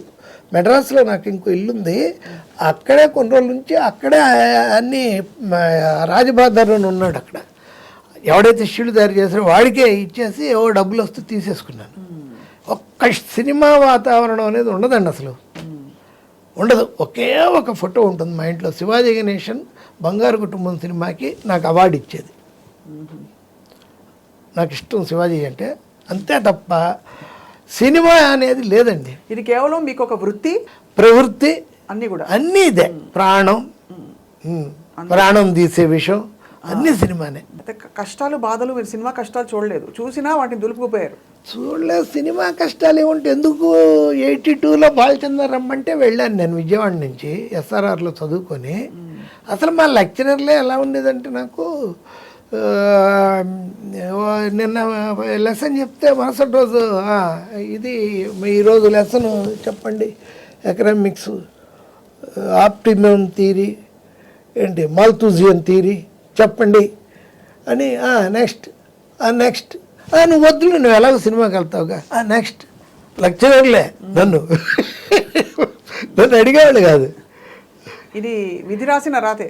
అంతే. వాళ్ళు కాలేజీ డేస్లోనే ఇంకా అలా అంటే ఏంటి, ప్రిన్సిపాల్ రూమ్కి వెళ్తే డ్రామాలో వేసేవాడి. ఏదైనా గొడవ వెళ్తే ఈయన హనుమారెడ్డి గారిని ప్రిన్సిపాల్ ఉండేవాడు. ఆయన ఏమయ్యా చదువుకుంటేనే కదా రేపు బాగుపడతారు, అతనంటే అలాగ సినిమా ఫీల్డ్కి వదిలేసాయి ఏంటో అసలు ఇక వెళ్ళకపోతే కొడతారేమో అన్నట్టుగా వెళ్ళాల్సి వచ్చింది. ఎందుకురా ఇంకా ఇక్కడే తిరుగుతున్నా, మెడ్రాస్ ఎక్కువ బండి అని. అదే జీవితం ఇచ్చే ప్రోత్సాహం అది. అంతే. చిన్నప్పటి నుంచి ఎప్పుడు మా వాచ్మ్యాన్, కాలేజీలో వాచ్మ్యాన్ అడిగేవాడు నన్ను, ఏదో ఒక ఇంటర్ కాంపిటీషన్స్, బయట వేసే నాటకాలు, ఎప్పుడూ రిహార్సల్స్. రూమ్ నెంబర్ 23 అని SRNC గారు గవర్నమెంట్ కాలేజీలో విజయవాడలో. అయ్యా సంవత్సరం పొడుగుతా ఎప్పుడు రిహార్సల్స్ చేస్తానే ఉంటారు, ఎప్పుడు చదువుకుంటారు, ఎట్టా బాగుపడతారా మీరు? ఇట్లా బాగుపడ్డారన్నమాట. అదే అంటే నువ్వు ఈ మాట అడిగా కుదరామయ్య, నీ ఆశీస్సులే నన్ను సినిమా వాడిని చేస్తుంది. ఏం సినిమాలయ్యా, పోస్టర్ గోడకు అతికేస్తున్నాడు, నిమిషాలు సింపేస్తున్నారు వాడు. అలా నా ఇదినే అది. మెడ్రాస్ వెళ్ళాను, వెళ్ళి బాలచంద్ర గౌడ్ని కలిశాను. ఆయన ఏదో ప్రాజెక్ట్ అన్నారు, వెళ్ళడం రావడం. ఆఫీస్కి వెళ్తే ఆ టైంలో ఉంటే భోజనం పెట్టేవాళ్ళు, మనకేమో ప్రెస్టేజ్ ఉంటుంది చదువుకున్న వాళ్ళం కాబట్టి వచ్చేసేవాళ్ళం. ఏం చేయాలో తెలియక పాండీ బజార్కి వస్తే మళ్ళీ నా రూమ్ అక్కడే పాండీ బజార్లోనే, రాజబహదూర్ స్ట్రీట్లోనే నా రూము. ఇక భోజనం 2 రోజులకు రోజుకో చేసేవాడిని. 2 ఏళ్ళు పడ్డాను అలా, 83 వరకు. బా ఏంట్రా బాబు అని. కొన్ని రోజులేమో మేనేజ్మెంట్ ఏంటంటే బూస్ట్ సీసా ఖాళీది ఉండేది, అది తీసుకొని శాంతభవన్కి వెళ్ళి 4 ఇడ్లీ కొని యువతలకు వచ్చి సాంబారు పొయ్యమనాలి. వాడితో చెప్పడం అనమాట, 4 ఇడ్లీ ఒక మసాలా దోశ అంటే దాన్ని నిండుగా పోసేవాడు. కొనింది 4 ఇడ్లీనే. అది పొద్దున్న 4 ఇడ్లీ తినేసి ఈ సాంబార్ ఉంచుకొని నైట్కి అంత అన్నం వండుకొని అది తిన్నాం. అవి చూశాను. ఒకరోజు డబ్బులే లేకపోతే ఈ బడ్డీ కొట్టు, కిళ్ళి కొట్లు ఉంటాయిగా, అక్కడ అరటిపండు తిని ఆ తొక్కలు పడేస్తారు. ఆ తొక్కలు మెల్లిగా చూడకుండా ఏదో పెద్ద మనం చూసేస్తారు అన్నట్టుగా జాగ్రత్తగా తీసుకొని వాటిని పంపులో కడుక్కొని అవి తినేయడం. వింటుంటేనే దాన్ని అంత క్యాజువల్గా తీసుకున్నారు మీరు. అందరూ దాన్ని పెద్ద కథగా రాసుకుంటారు. తర్వాత మీకు క్లారిటీ వచ్చేసిందిగా, సంపాదించాలి జీవితంలో, సంపాదించాలి అంటే నోవే, సంపాదించి తీరాలి కదా. ఇది వెళ్తానే ఉంటుంది, అనంతం, ఇది ఆగదు. తెలిసితే మోక్షము, తెలియకున్న బంధము, అంతే. కల వంటిది బ్రతుకు ఘనునికిని ఘనునికిని. బాబా బాబా బాగుంది. అనయము సుఖమేడది, అవల దుఃఖమేడది, తనువుపై ఆశలేని తత్వమతికి. పొనిగితే పాపమేది పుణ్యమేది కర్మమందు, మొనరగ ఫలమొల్లని యోగికిని యోగికిని. సూపర్. నేను మీకు అన్నారు కాబట్టి మీరే సార్. నేనుగా మీరు అన్నారు కాబట్టి నేను చెప్తాను. మన్నెన్నెన్నో కలలు కన్నా నిన్న గూర్చి, మన్నెన్నెన్నో కలలు కన్నా నిన్న గూర్చి, నిన్న నిరాశతో నిట్టూర్చా బాధ నోర్చి. నిన్న నిరాశతో నిట్టూర్చా బాధ నోర్చి, నేడు నిన్నటి కంటే మిన్న నిరాశలో, తలుచుకుంటే హాయగుపించే నిన్నటిలో. నేడు నిన్నటి కంటే మిన్న నిరాశలో, తలుచుకుంటే హాయగుపించే నిన్నటిలో. రేపు రేపు కోసం ఎదురు చూసే ఓర్పు నాకుంది, రేపు కోసం ఎదురు చూసే ఓర్పు నాకుంది, రేపు నిన్నైనప్పుడు సుఖము నిట్టూర్పులో ఉంది. బ్రతుకు బాధగా, వ్యధగా, కన్నీటి కథగా, కష్టాల్లో మునిగి లేస్తూ మునిగిపోతున్న సంద్ర గమనంగా, అత్యంత నిరాశగా, అంధకార బంధురంగా, అనుక్షణం చింతగా, అనాథగా సాగుతున్నదెందుకు, తెలియదెందుకు నాకెంత వెదకినను. ఇంత ప్రపంచం ఉంది మీ లోపల. బయటికి మాత్రం అసలు ఎక్కడ అంటే క్షమించాలి కానీ బండగా అన్నీ ఏం లేదు అంత హాయిగా సంపాదించడమే అని. కానీ ఇంత ప్రపంచం ఉంది సార్ మీరు. చెలియ నిన్ను చూసినంతనే వలపు నాలో నిండుగా పొంగినది గోదావరి వరదై నీదు ప్రేమకు సాక్షిగా కన్నులందు కళలు చూచి పెదవులందు హొయలు చూచి నడకలందు హొయలు చూచి ఎదను నీపై ఆశ నుంచి ఎదురుగా నా మనసు నుంచి ప్రేమించమని యాచించుచున్న ఆశతో జీవించుచున్న నీట ముంచిన పాల ముంచిన నీదే భారము సర్వము వెలుగు అగునో వేదనగునో నాదు జీవిత పర్వము. ఇవన్నీ ఎక్కడ రాశారు సార్ మీరు? అంటే సినిమాలో కదబ్బా, నేను రాసుకున్నవి కాలేజ్ డేస్ లో. అయితే సినిమాలో మీరు పాటలు ఎప్పుడు రాయలేదు? రాయలే, అవకాశం రాలేదు. బట్ మన డైలాగ్సే పాటల్లో ఉంటాయి. అండ్ అన్ని భాషల మీద పట్టు ఎలా వచ్చింది సార్ మీకు? మలయాళము అవన్నీ ఆల్మోస్ట్ మలయాళంలో అందరికీ తమిళ్ తెలుసండి. ఏంటి కన్నడ వాళ్ళందరికీ, నాకు కన్నడ వచ్చు, కన్నడ వాళ్ళందరికీ కూడా తమిళ్ తెలుసు. కామన్ లాంగ్వేజ్ తమిళ్, లేకపోతే ఇంగ్లీషు.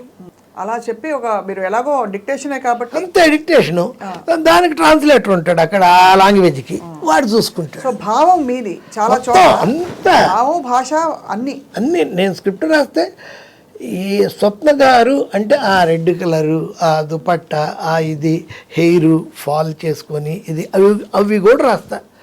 అలా ఒకవైపుకు ఉరికి కూర్చొని అలా చూస్తూ అంత డీటెయిల్గా ఉంటుంది. ఏ కలరు డ్రెస్సు నాకు ఇక్కడి నుంచి హైదరాబాద్ నుంచి మెడ్రాస్ ఫోన్ చేసేవాళ్ళు కోదండరామరెడ్డి వాళ్ళు. First night scene sir, Nagma ఏ కలర్ చీర కడదాం అని చేసేవాడు.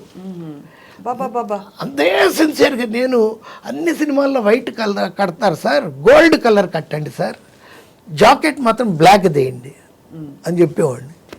అంత కళాత్మకమైన అంత అది కూడా నన్ను ఆయన అడగడం ఓవరు, నేను చెప్పడం ఇంకా ఓవరు. దర్శకుల్లో మీ బెస్ట్ ఫ్రెండ్ ఎవరు చెప్పండి? బెస్ట్ ఫ్రెండ్, డబ్బులు ఇచ్చిన వాళ్ళని మాత్రం చెప్పకండి, అందరు డబ్బులు ఇచ్చారు. మీ బెస్ట్ ఫ్రెండ్ ఎవరు దర్శకులు అందరిలో మీకు బాగా దర్శకుల్లోరా అంటే కుదురుకున్న వ్యక్తి ఎవరు? దాసరి గారు. నా రేంజ్కి ఆయనే సరిపోతాడు. టక్కని నాకేం లేదు, ఇమ్మీడియట్గా నన్ను క్యాచ్ చేయగలగాలి అంటే ఆయనే.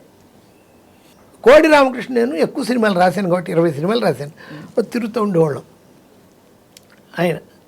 ఆయనంత మ్యానిపులేషన్. కోడి రామకృష్ణది నిజం కాదు, అబద్ధంలో బతికేవాడు ఎప్పుడు.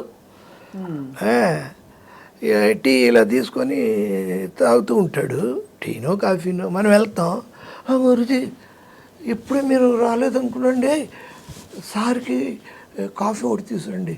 నేను కాఫీ తాగుతున్నాను గురుజీ. అది టీ. ఏమండి మీరు టీ తాగితే ఎందుకు, కాఫీ తాగితే ఎందుకు, విషం తాగితే ఎందుకు? నేను వెళ్ళిపోయా తాగండి, విషం అయితే మాత్రం నా మీద రాకుండా. ఎందుకు అంత దానికి కూడా అబద్ధం ఎందువల్ల? బట్ అంతే ఆయన అన్నీ అబద్ధాలే. అంతే. టైటానిక్ సినిమాకి వెళ్ళాం, చూసాం.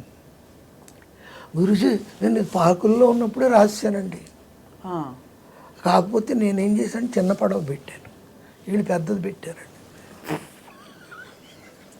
దేవదేవ, అబద్ధం అబద్ధం అబద్ధం అబద్ధం. అదొక క్యారెక్టర్, కంటిన్యూ అబద్ధం. మన కోదండరామరెడ్డి గారు గొప్ప ఆయన అంటే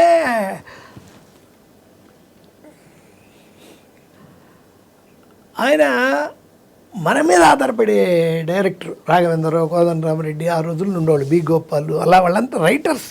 ఇవ్వాలి వాళ్ళకి అన్నీ బాగా చూసుకుంటారు. అంటే ఎంత మనల్ని బాగా అసలు రావడమే రూమ్లోకి, ఏమండి బ్యాట్లు వచ్చిందా, బ్యాట్లు వచ్చిందా, పంపించారా, ఇవే అడుగుతాడు. ఏమండి లంచ్ ఎక్కడ తిప్పిద్దాం, చోళ హోటల్ నుంచి మీకు బిస్బేళాబాద్ తిప్పిద్దనా, మనం చెప్పే సీన్స్ వింటాడు. ఇంకొంచెం అంటే అసలు బాగాలేదని, ప్రమాణం ఉందండి సూపర్ అంటే ఓకే, కొంచెమే అంటాడు, చెప్తా అండు ఆయన కొంచెం ఇంకేదన్నా కొంచెం.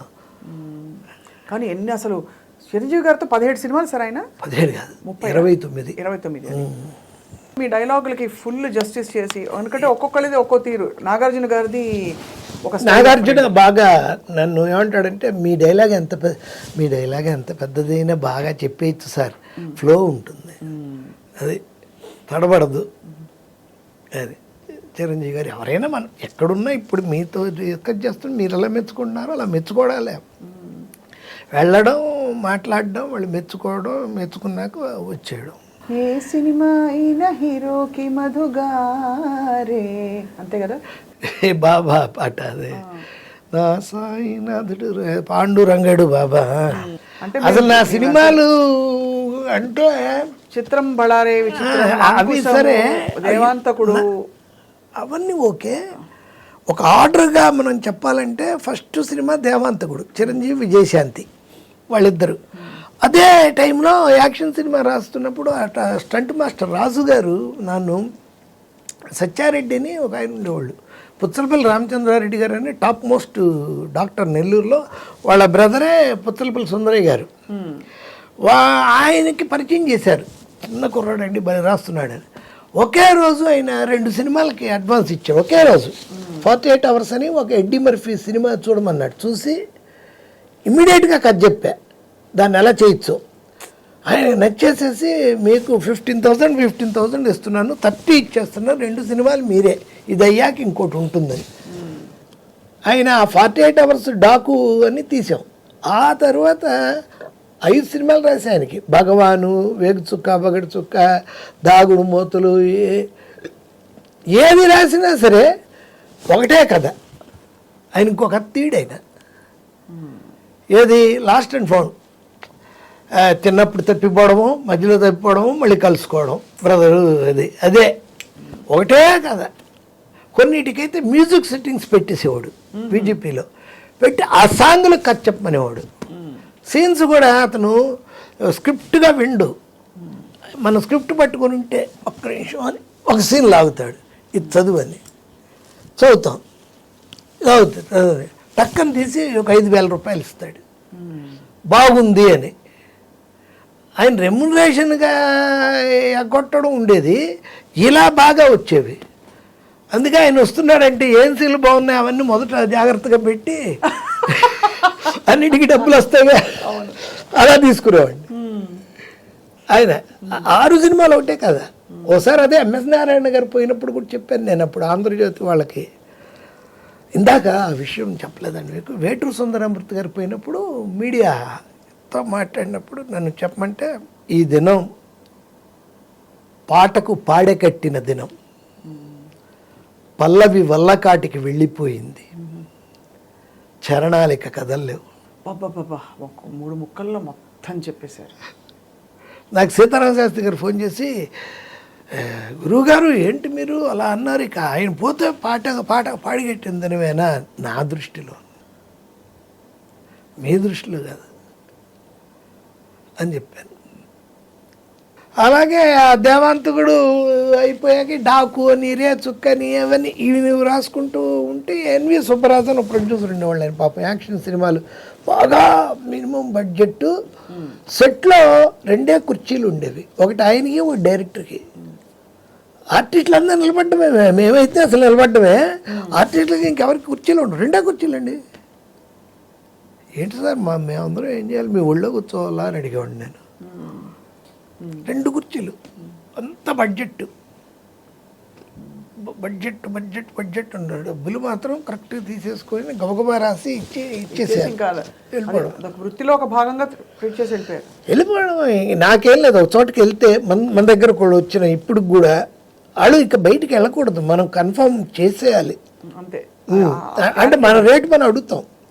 25 లక్షల నుంచి నేను స్క్రిప్ట్ రాయడానికి మొదలెడితే 5 లక్షలకైనా ఓకే చేసి పారేస్తా. పని అయిపోవాలి, ఆడ వెనక్కి వెళ్ళకూడదు. యాక్టింగ్ కూడా అంతే, డైలీ 75 తీసుకుంటానండి సార్, కొంచెం 60 నేనే, వాళ్ళు వెనక్కర్లా, రండి 2 రోజులు లాగా ఆలోచించుకొని రండి, అలాంటి ఉండవు. అప్పటికప్పుడు తెగిపోయి అడ్వాన్స్ ఇచ్చేసేయాలి. ఆడు గుమ్మం దాటి వెళ్ళకూడదు. ఇంకా ఫోన్లో మాట్లాడంటే పడిపోవాలి అకౌంట్లో, వదలకూడదు అంతే. మనకి డేట్ ఉండాలి అంతే, ఇచ్చేయడమే. చాలా క్లారిటీ అండ్ చాలా అట్లా అట్ ద సేమ్ టైం మీ ఆత్మాభిమానం ఎక్కడ మీరు అది దెబ్బతినకుండా కాపాడుకున్నారు. కాపాడుకుంటూ మీ ఎడ్యుకేషన్ ఒకటి, మీ వ్యక్తిత్వం ఒకటి, మీరు ఎక్కువ ఎక్కడికి వెళ్లకుండా కావాల్సిన పని ఏంటి చెప్పు అనే టైప్లో మీరు నడిపించారు సార్. అండ్ అందుకే మీకు అంత గౌరవం దక్కింది. ఆ రోజుల్లో మీరు ఒక ప్రపంచంలో వచ్చినప్పుడు మీ తోటి సహ రైటర్స్ కొంచెం సీనియర్లు ఉంటారు కదా, ఉన్నారు. ఈర్ష్యపడ్డారా? కొంచెం చూసుంటారు. ఈర్ష్య అంటే అదే. ఏముంటాయండి, అవి ఏముండవండి. ఉన్నా కానీ ఏముంటాయి, ఎదురుగా ఎవడు ఈర్చపడతారు ఎవరైనా. అంటే మీకు తర్వాత వెనుకటికి వస్తుంది కదా, ఇలా అన్నారు అలా అన్నారు, పట్టించుకో. అవి వినేవాడిని కదా. నా డైలాగే ఒకటి ఉంది, అసిస్టెంట్స్తో నా పక్కన డ్రైవర్తో నేను చెప్పే డైలాగ్. నా గురించి ఎవరన్నా ఏదన్నా అన్నారని మీకు తెలిస్తే నాకు చెప్పద్దు, నా వెనక నా ముందంటే నేనే చెప్పుకుంటా, అంతే. క్లారిటీ. ఇవాళ మీరు మీరు యాక్చువల్లీ మీరు చెప్తున్న విషయాలు ఒక్కొక్కటి సంఘటనలు కావచ్చు, మీ జీవిత సూక్తులు, మీ డైలాగులు అన్నీ కూడా చూసే వాళ్ళకి చాలా పెద్ద ఇదండి, గైడెన్స్. ఎందుకంటే మీరు ఎలా బ్రతకచ్చో, ఎంత ప్రాక్టికల్గా ప్రాగ్మాటిక్గా ఉండొచ్చో కూడా మీరు చూపించారు. ఎక్కడ దేనికి స్పందించాలి, దేనికి అవసరం లేదని. అవును సార్, ఇప్పుడు యాక్టింగ్ అన్నది మీరు ఎంచుకుని వచ్చారా? అంటే మీరు అంతకుముందు మీ రంగస్థల అనుభవం వల్ల తర్వాత మీకు సినిమాల్లో తెరపై కనిపించే అవకాశమా, లేక ఎలా వచ్చింది అది? అంటేనండి, అదే ఇలా ఈ దేవంతగుడు డాగురే దుఃఖ అని రాస్తున్న టైంలో నాకు వచ్చిన బ్రేక్ అది షిరిడి సాయిబాబా మహత్యం. కమర్షియల్ సినిమాలు అవుతున్నప్పుడు అది చేయగానే వేమన చరిత్ర అని ఆయనకే విజయ్ చంద్రకి, అది అయ్యాక ఆగిపోయిన సినిమా ఆత్రేయ గారు రాసి ఆగిపోయింది అయ్యప్ప స్వామి మహత్యం. అలా వచ్చాయి నాకు. ఆ తర్వాత ఈయన మన కోటరామకృష్ణ, సోగ్గాడి కాపురం, భలే దంపతులు, రావు గారి ఇంట్లో రౌడీ, అంకుశం, వరుసగా ఉన్నాయి. 20 సినిమాలు రాశాను ఆయనకి. మొత్తం తెలుగు తమిళ ప్రతివిధి రీమేక్ కానీ ఇది కానీ జరిగితే నాకు ఎంత పర్సంటేజ్ ఇవ్వాలని చెప్పేవాడిని, ఇచ్చేవాళ్ళు కూడా. అలా ఒక సినిమాకి 1, 2, 3 అని కన్నడలో ప్రభుదేవ డైరెక్టరు, జ్యోతిక హీరోయిన్, వాళ్ళిద్దరు బ్రదర్స్ రాజు సుందరమును ఇంకోడు, ముగ్గురు హీరోస్. ఈ డైరెక్షను, ప్రొడ్యూసర్ బాలగిరి, సౌరభ్ గంగూలీ వాళ్ళ అంకులు. అప్పుడు నగ్మాకి సౌరభ్ గంగూలీకి మంచి ఫ్రెండ్షిప్ ఉండేది, అందుకని తీస్తున్నాడు ఆ అమ్మాయి కోసం. తెలుగు, తమిళ్, కన్నడ, హిందీ. వెళ్ళాను, వాళ్ళు విన్నాను. ఆవిడే చెప్పింది కదా, అంతకుముందే ఆవిడ నాకు చేసింది అల్లరల్లుడు అవి చెప్పి నాకు దీన్ని చేసి ఇవ్వాలండి, ఆల్ ది బెస్ట్ అని, ఒక 1/2 అవర్ నాటికి ఇది అని చెప్పింది. వెంటనే అలా చెప్పింది. ఇప్పుడు మనం ఎలా ఇంటర్వ్యూ చేస్తున్నాం, వెంటనే అది ఎలా చేయాలి ఏంటో మొత్తం చెప్పేశా. రికార్డ్ చేసుకున్నారు, అమౌంట్ అడిగింది. ఆవిడ రికార్డ్ చేసుకుని లేస్తూ ఉంది. అయిపోయాక లేస్తూ ఉంటే నేను, మేడం మనం ముఖ్యమైన విషయం మాట్లాడలేదన్న, we're not talking about the main thing, what's that money అని. సారీ అని అంకుల్ అని ఆయన్ని పిలిచి, ఆయన బలవాడు, నేను రెడీగా ఉన్నాను లోపల రండి అని తీసుకెళ్ళి ఏంటి ఎక్స్పెక్ట్ చేస్తారు, అన్ని లాంగ్వేజ్లు 5 లాంగ్వేజ్లు అన్నారు కదా, 25 lakhs ఇవ్వండి సార్ నాకు ఓకే ఇచ్చేస్తాను, నేను సింగిల్ పేమెంట్ కావాలి సార్ నాకు ఇప్పుడే, నాకు అన్ని కలిపి అన్నాను. సింగిల్ పేమెంట్ అయితే 20 ఇస్తాను, మీరు మామూలుగా తీసుకుంటే 5,555 ఇస్తాను చెప్పారు. 5,555గా ఇస్తాను అన్నాడు. నాకు 20 ఇచ్చేయండి అన్న. 25 వద్దండి, 5 లక్షలు తగ్గిస్తాను, ఇచ్చేసేయండి అన్న. 50% క్యాష్ చెక్ ఇచ్చేశారు. యాట్రియా హోటల్లో బెంగళూరులో కూర్చొని రాసి ఇచ్చేసారు.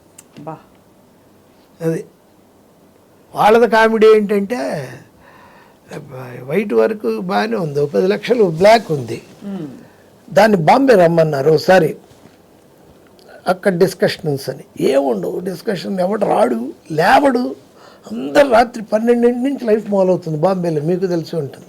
తెల్లార్లు ఉంటుంది. రాత్రి 4 గంటలకి అంధేరి ఏరియాలో ఒకేసారి అపార్ట్మెంట్స్లో కుక్కర్ విజిల్ సౌండ్స్ వినిపిస్తాయి. అప్పుడు అనవణుతున్నారు అనమాట, ఎర్లీ మార్నింగ్. అదో బాంబేనో చచ్చేవాళ్ళం. నితిన్తో కూడా అదే నాకు ప్రాబ్లం ఉండే, నితిన్ కపూర్. 1 గంటకి మేము సిట్టింగ్ అయిపోయి కలికాలం సినిమాకి, ఓకే సార్ ఇప్పుడైతే మనం 4కి కలుద్దాం అని వెళ్తుంటే అతను ఎంట్రీ, గుడ్ మార్నింగ్ సార్ అని. ఏంటి మేము వెళ్ళిపోతుంటే మీరు అంటారు, మాకేమో ఆకలి, మేము ఇప్పుడే తినేసి వచ్చాడు. వాళ్ళు బాంబేలో ఎంత ఘోరం అంటే ఎవరు వచ్చేవాళ్ళు కాదు, ఫోన్లోనే అన్నీ. సార్ మీకు మా డ్రైవర్ వచ్చి అమౌంట్ ఇచ్చేస్తాడు, ఫ్లైట్ టికెట్ ఇచ్చేస్తాడు, ఆ కారులో మీరు దిగిపోండి అని. వస్తే వాడు ఒక 10 రూపీస్ ఇచ్చేవాడు, 10 రూపాయల నోటు. వాళ్ళకి ఏంటండి అంటే, ఏం లేదు సార్, మీరు హైదరాబాద్ ఎయిర్పోర్ట్లో దిగ్గానే ఒకడు వస్తాడు మీ దగ్గరికి, ఈ 10 రూపాయలు ఇస్తే మీకు క్యాష్ 10 లక్షలు ఇచ్చేస్తాడు. ఇదేంట్రా బాబు, ఏదన్నా ఇరుక్కుంటామా ఏంటి గొడవ, ఇది హవాలా చేయిస్తున్నారే అని. అయినా తప్పదుగా ఓకే సార్ ఇక్కడ వస్తే నిజంగానే వచ్చేవాడు ఒకడు. వచ్చి నోట్ నెంబరు చెప్పేవాడు, చూసుకునేవాడు. 10 లక్షలు న్యూస్ పేపర్లో కట్టి ఇచ్చేవాడు. అటు తీసుకున్నాక కారు వాడు ఉండేవాడు రెడీగా. నాకేంటి భయం, మన కొడుకులు ఇలా ఇచ్చారంటే మళ్ళీ మనల్ని ఎక్కడికైనా తీసుకెళ్ళి వేసేస్తారా ఏంటి తెలియదు.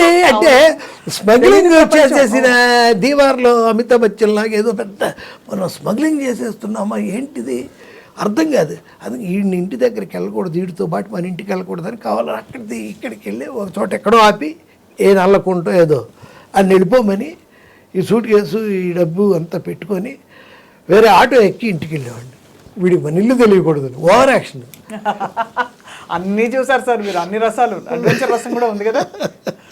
అవును, ఆ భయం రావడం చాలా సహజం మనకి, మామూలు వాళ్ళకి. అవును, మనం ఎందుకంటే తెలియదు కదా సార్, తెలీదు ఏమిటి, ఎవరిని నమ్మచ్చు నమ్మకూడదు, ఏమవుతుందో తెలియదు కదా. అందులో మీరు కథకులు కాబట్టి మీకు మీ ఇమాజినేషన్లో ఏదైనా జరగచ్చు. అది అలాంటివి కూడా జరిగేవి వాళ్ళ సినిమాకి. వాళ్ళ నగ్మా సిస్టర్ ఉంది ఒక ఆవిడ సినిమాలు చేసింది కూడా. ఆవిడ ఇల్లు మీరు నమ్మరండి, కేబీఆర్ పార్క్ అంత ఇల్లు అండి. బయటికి దిగి రండి అని చెప్పి మేము మా కారు దిగ్గానే వాళ్ళ బ్యాటరీ కారు వచ్చేది. లోపల కూర్చుంటే ఒక 5-6 కిలోమీటర్ల లోపలికి వెళ్ళి కేబీఆర్ పార్కే పెద్దవాడిని ఉండ చేసేసుకుంది ఆవిడ. గోల్డ్ గ్లాసుల్లో మనకి బాదం మిల్క్, గోల్డ్ బంగారం గ్లాసులు. ఏంట్రా బాబు, అలాంటివి కూడా చూసాం. అన్నిటికంటే గొప్ప విషయం సార్, మీరు మీ పరిధిలోనే, మీరు మీ ప్రపంచంలోనే ఉన్నారు, ఎక్కడికి మీరు you didn't get carried away. That is the great thing. అవును, అది గొప్ప విషయమే కదా. అది ఎంత గొప్ప విషయం. అవును, ఇన్ని జీవితాలు, ఇంతమంది జీవితాలు, ఇన్ని కథలు, ప్రేమ కథలు, ఇంకా మందు, సర్వము చూసేసారు మీరు. సో కానీ అదే ఇప్పుడైతే మీకు ఫైనలీ మీరు ఇంకా ఏం కోరుకుంటున్నారు జీవితాన్ని? ఉన్నంత వరకు ఇలాగే వెళ్తా ఉండాలనే, బ్రతుకంతా ఇలాగే నిమిషం మాటలాగా సాగాలి, అంతేగా. మీకు పాట కాదు మాట. అలా దేవంతుడు, డాకూరే, చుక్క, అవి ఇవి, ముత్యాల సుబ్బయ్యతో సంసార వీణ, కలికాలం, మామగారు, ఏదో చిన్నారి స్నేహం రాశారా మీరు? చిన్నారి స్నేహం, చిన్నారి స్నేహం కరెక్ట్ అండి. ఎలా చెప్పారు మీరు రాశారా? నేను కాదు రైటరు, నెల్లూరు వెళ్ళి రాశాను. దాంట్లో బ్యాక్గ్రౌండ్లో హీరోయిన్ సీతతో పాటు ఉండే అమ్మాయిల్లో ఒక అమ్మాయి హేమ అని ఆర్టిస్ట్ నెల్లూరులో. ఎందుకో చిన్నారి స్నేహం అంటే గుర్తొచ్చింది. అలా ముత్యాల సుబ్బయ్యకి ఒక 16 సినిమాలు రాశానండి.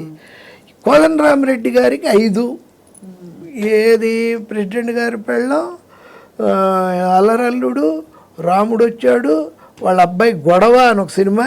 డబ్బులు ఇవ్వాలి దానికైనా, ఆడొకడు పెద్ద జోకు. మీకు డబ్బులు ఇవ్వకుండా ఉన్నవాళ్ళు కూడా అదే అంతా అయిపోయింది. హోటల్లో 10 పల్లాల్లో ఏమండి అమౌంట్ ఏంటి అంటే, డబ్బులు కాండి, నేను ఊరికే అనుకున్నాను. ఊరికేనా?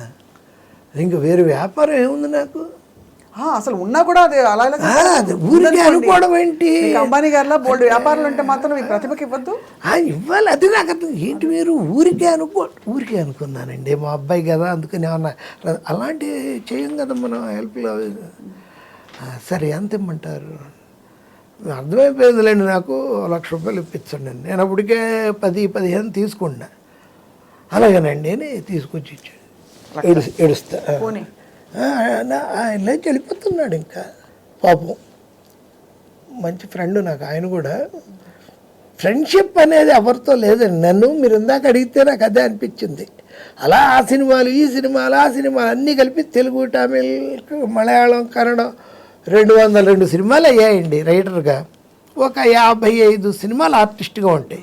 ఆర్టిస్ట్గా ఫస్ట్ ఫిలిము ఈంది అతను ఎవరు, మోహన్ బాబు గారు. నేనే డైలాగ్స్ ఆ సినిమాకి, అల్లరి పోలీస్కి. ఆ సినిమా చదువుతూ ఉన్నప్పుడు అమరేష్ పూరి మాకు విలను. అంత చదివి అంత ఏమయ్యా నాకు విలం దొరికాడయ్యా. అలాగే సార్, నువ్వే. అబ్బో, అబ్బా నేను చేయనండి, రామకృష్ణ కోడి రామకృష్ణ చాలాసార్లు బతిమలాడేవాడు. చేయమన్నారు, మళ్ళీ కోదండరామరెడ్డి గారు ప్రెసిడెంట్ గారు పెళ్ళం అల్లారల్లుడు వాటిలో చేయమని అడిగారు.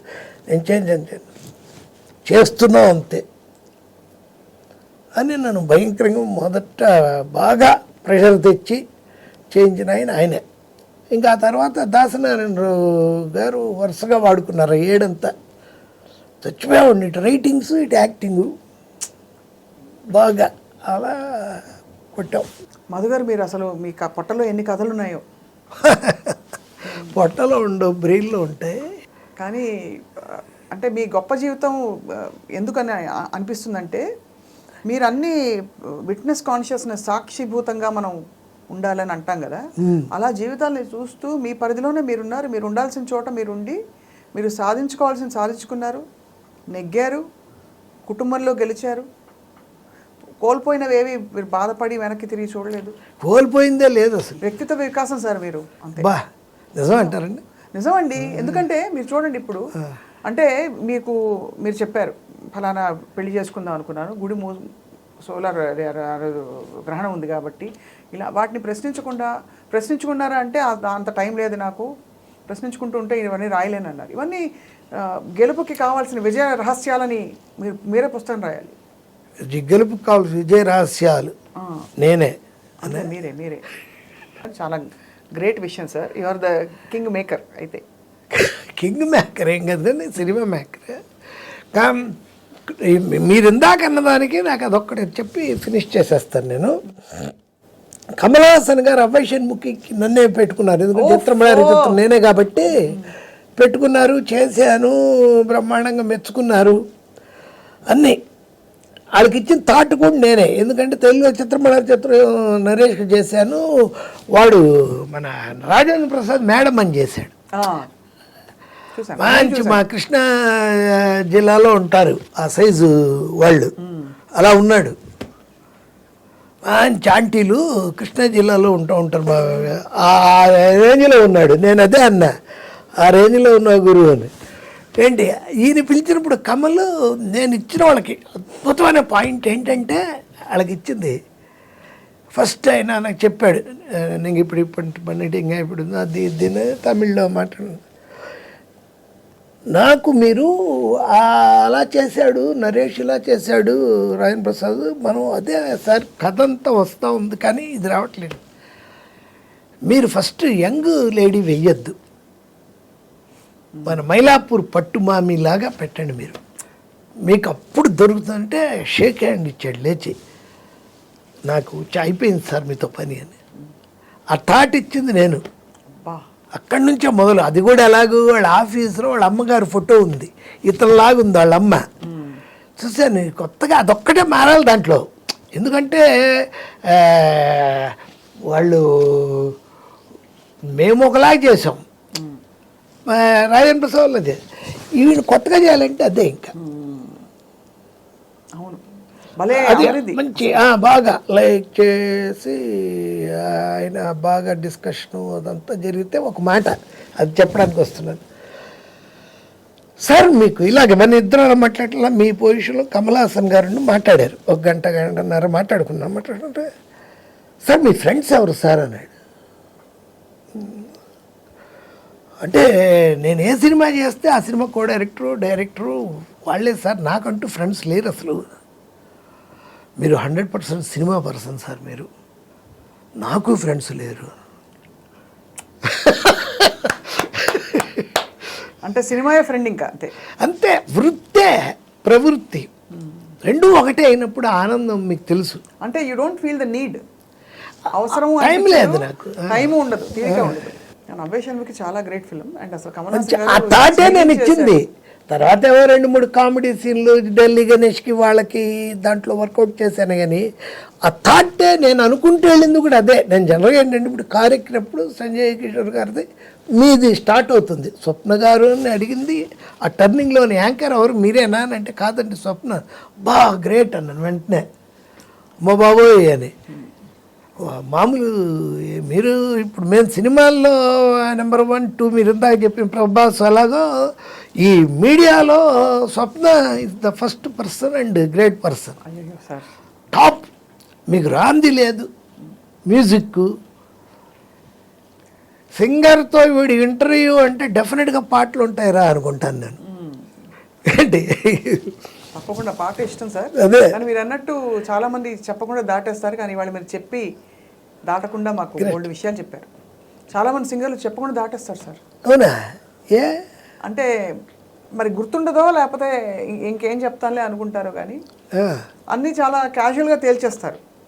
అవును, మీరు గొప్పగా వాళ్ళ విషయాలన్నీ చెప్పి మాకు ఆ కాలం విషయాలు తర్వాత తరాలకు ఎలా తెలుస్తాయంటే ఇలాగే. అవును సార్, నిజంగానే సంజయ్ కిషోర్ గారి పుస్తకాలు, లేకపోతే ఆయన అద్భుతమైన ఫోటో బయోగ్రఫీసు, కథలు, ఇంకా బోల్డ్ అని రాసి. ఆయన మొన్ననే నాకు సావిత్రి గారి కోసమే ఆయనకి ఫోన్ చేశాను, అప్పుడే మాట్లాడుకున్నాం.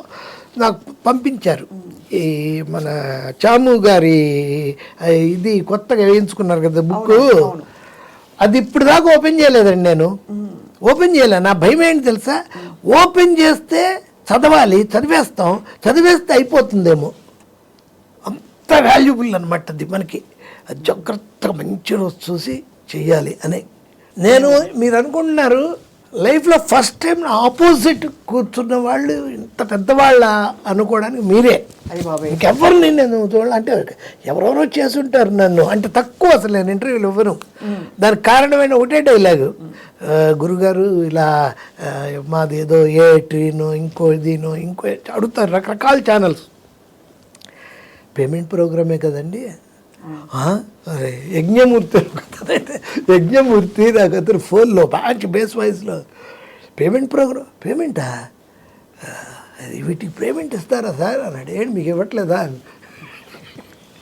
అయ్యో మాకంటే శాలరీ అండి. నాకు అదే మరి నా పని అయింది కదా.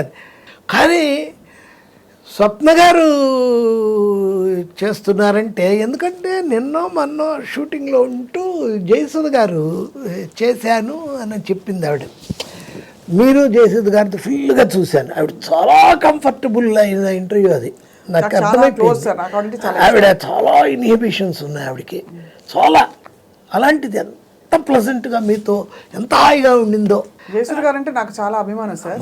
ఆవిడ ఎందులో ఆవిడ వ్యక్తిగా, ఆవిడ స్త్రీగా, ఆవిడ జీవితాన్ని ఆవిడ స్వీకరించిన తీరు, కష్ట నష్టాలు, అప్స్ అండ్ డౌన్స్ నాకు చాలా ఇష్టం. నాకు ఒక ప్రొటెక్టివ్ ఫీలింగ్ వస్తుంది ఆవిడ చూసినప్పుడు. ఆవిడని అయ్యో జాగ్రత్త కాపాడుకోవాలని. అంటే నాకు ఆవిడకి ఏం అనుబంధం లేదు, పెద్ద పరిచయం కూడా లేదు. చూసినప్పుడు కొన్ని భావాలు కలుగుతాయి. అయితే ఆవిడ తక్కువ ఆవిడ మాత్రం కాదు. ఇప్పుడు నేను చెప్పినవన్నీ కూడా ఇంటూ 1000 వేసుకోవాలి. ఆ కమర్షియల్ పాయింట్స్ అన్నీ ఆవిడతో. డబ్బులు అయ్యో. రిక్షావాడి సినిమాకి మదర్ క్యారెక్టర్ ఎవరు చిరంజీవి ఫ్లాష్ బ్యాక్లో అని అనుకున్నప్పుడు నేను జయసూద్ అంటే క్రాంతి కుమార్ గారు చెప్పారు, ఏంటి జయసూద అది చేయదు అసలు, నాకు తెలీదా, నేను చేయిస్తాను, మంచి రెమ్యునరేషన్ ఇస్తారు చెప్పండి, మీరు చేయించండి చూస్తాను. మీనా కుమార్ ఇలాగ హిందీ మీనా కుమార్ లాగా ఆఫ్ షేడ్స్. మేము అనుకుంది కోదండరామరెడ్డి డైరెక్టర్, అక్కడే చచ్చిపోయింది ఆ సినిమా. ఆఫ్ షేడ్స్ లైట్ అలా పెట్టి చెయ్యాలని చెప్పి వెళ్ళి వీడికి నేనే చెప్పాను, ఏమండి ఇలా ఇద్దలా నేను ఎందుకు చేయాలి ఏంటి, 15 లక్షలు ఇప్పిస్తాను. అబ్బా 5 రోజులు. ఏమండే మీరు అంటారు కానీ క్రాంతి గారు ఎందుకు ఇస్తాను నాకు తెలియదు. ఏమంటే నేను ఎన్ని చేశాను, 5 సినిమాలు చేస్తే ₹1,00,000 ఇవ్వలేదు నాకు. ఇవ్వడు. నేను ఇప్పించాక మీరు చేయండి. వెంటనే క్రాంతి గారికి ఫోన్ చేసి ఇలా మాట్లాడాను, ఓకే అన్నారు.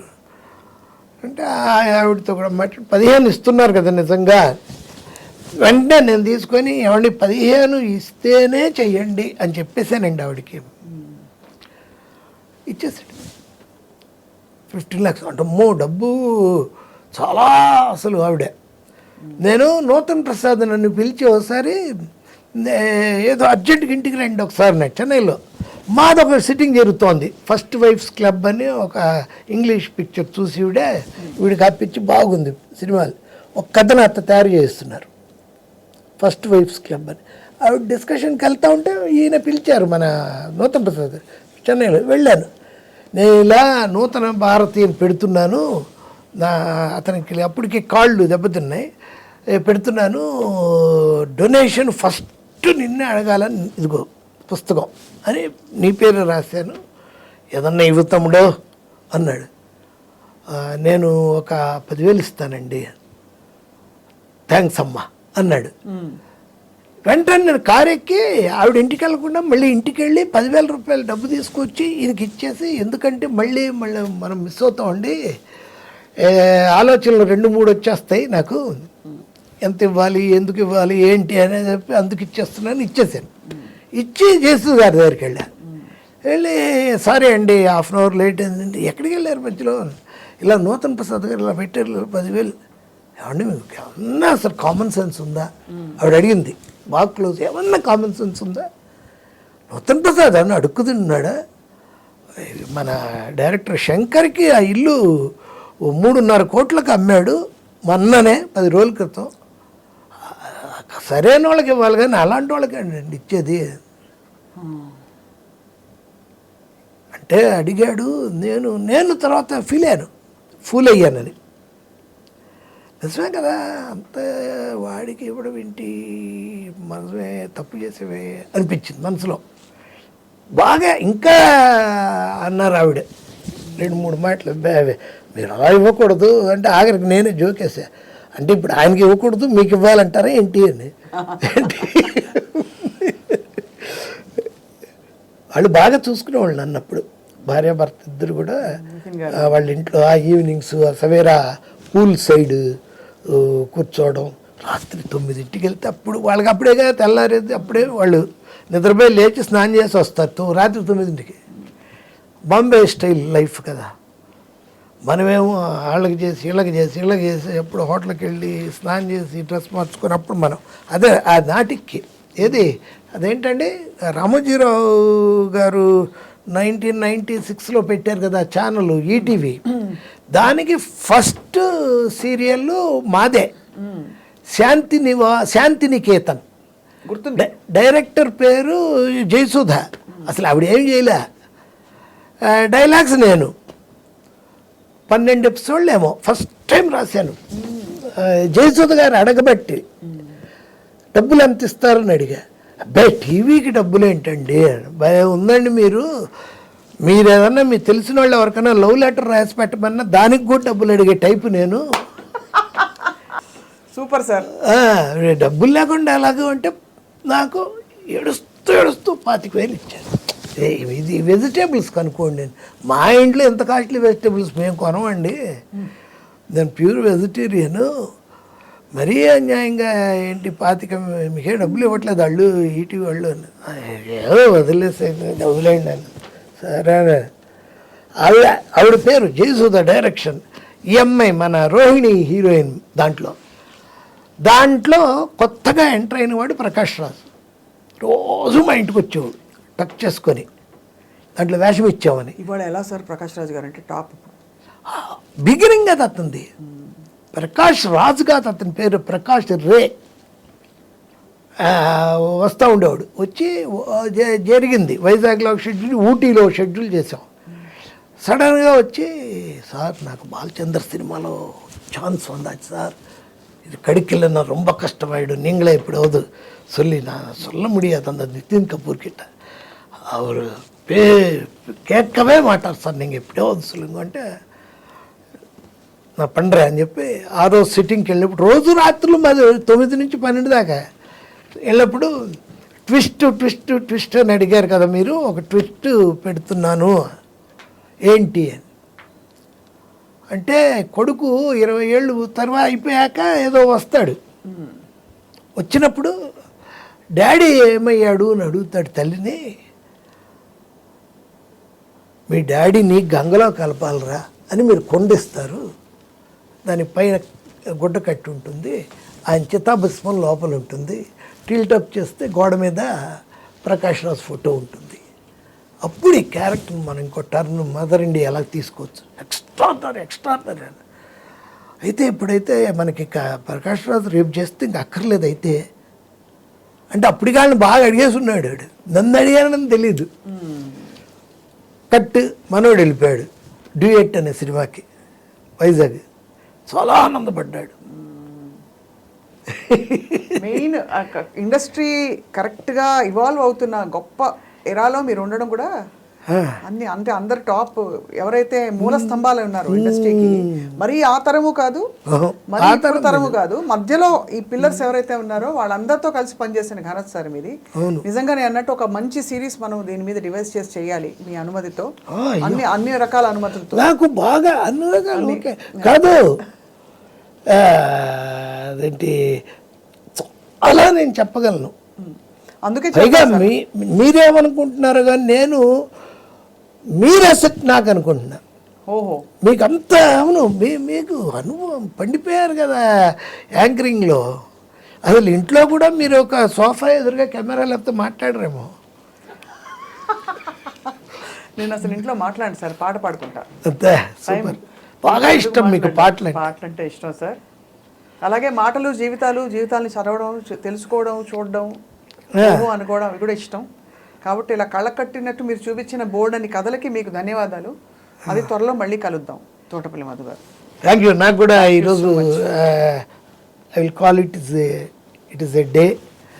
స్వప్న గారు లాంటి ఒక అద్భుతమైన యాంకర్ గారితో చేయడం, దీనికి సంబంధించి నన్ను ఇక్కడికి తీసుకురావడానికి కారకులైన సంజయ్ కిషోర్ గారికి, ఐ డ్రీమ్ నాకు ఇష్టమైన టీఎన్ఆర్ గారే పాపం చాలాసార్లు చేస్తా అనేవాళ్ళు. మేము ఇద్దరం సినిమాలు కూడా చేసాం. అది ఇలా తీరినందుకు I'm very very happy. Thank you sir. నమస్కారం. నమస్తే.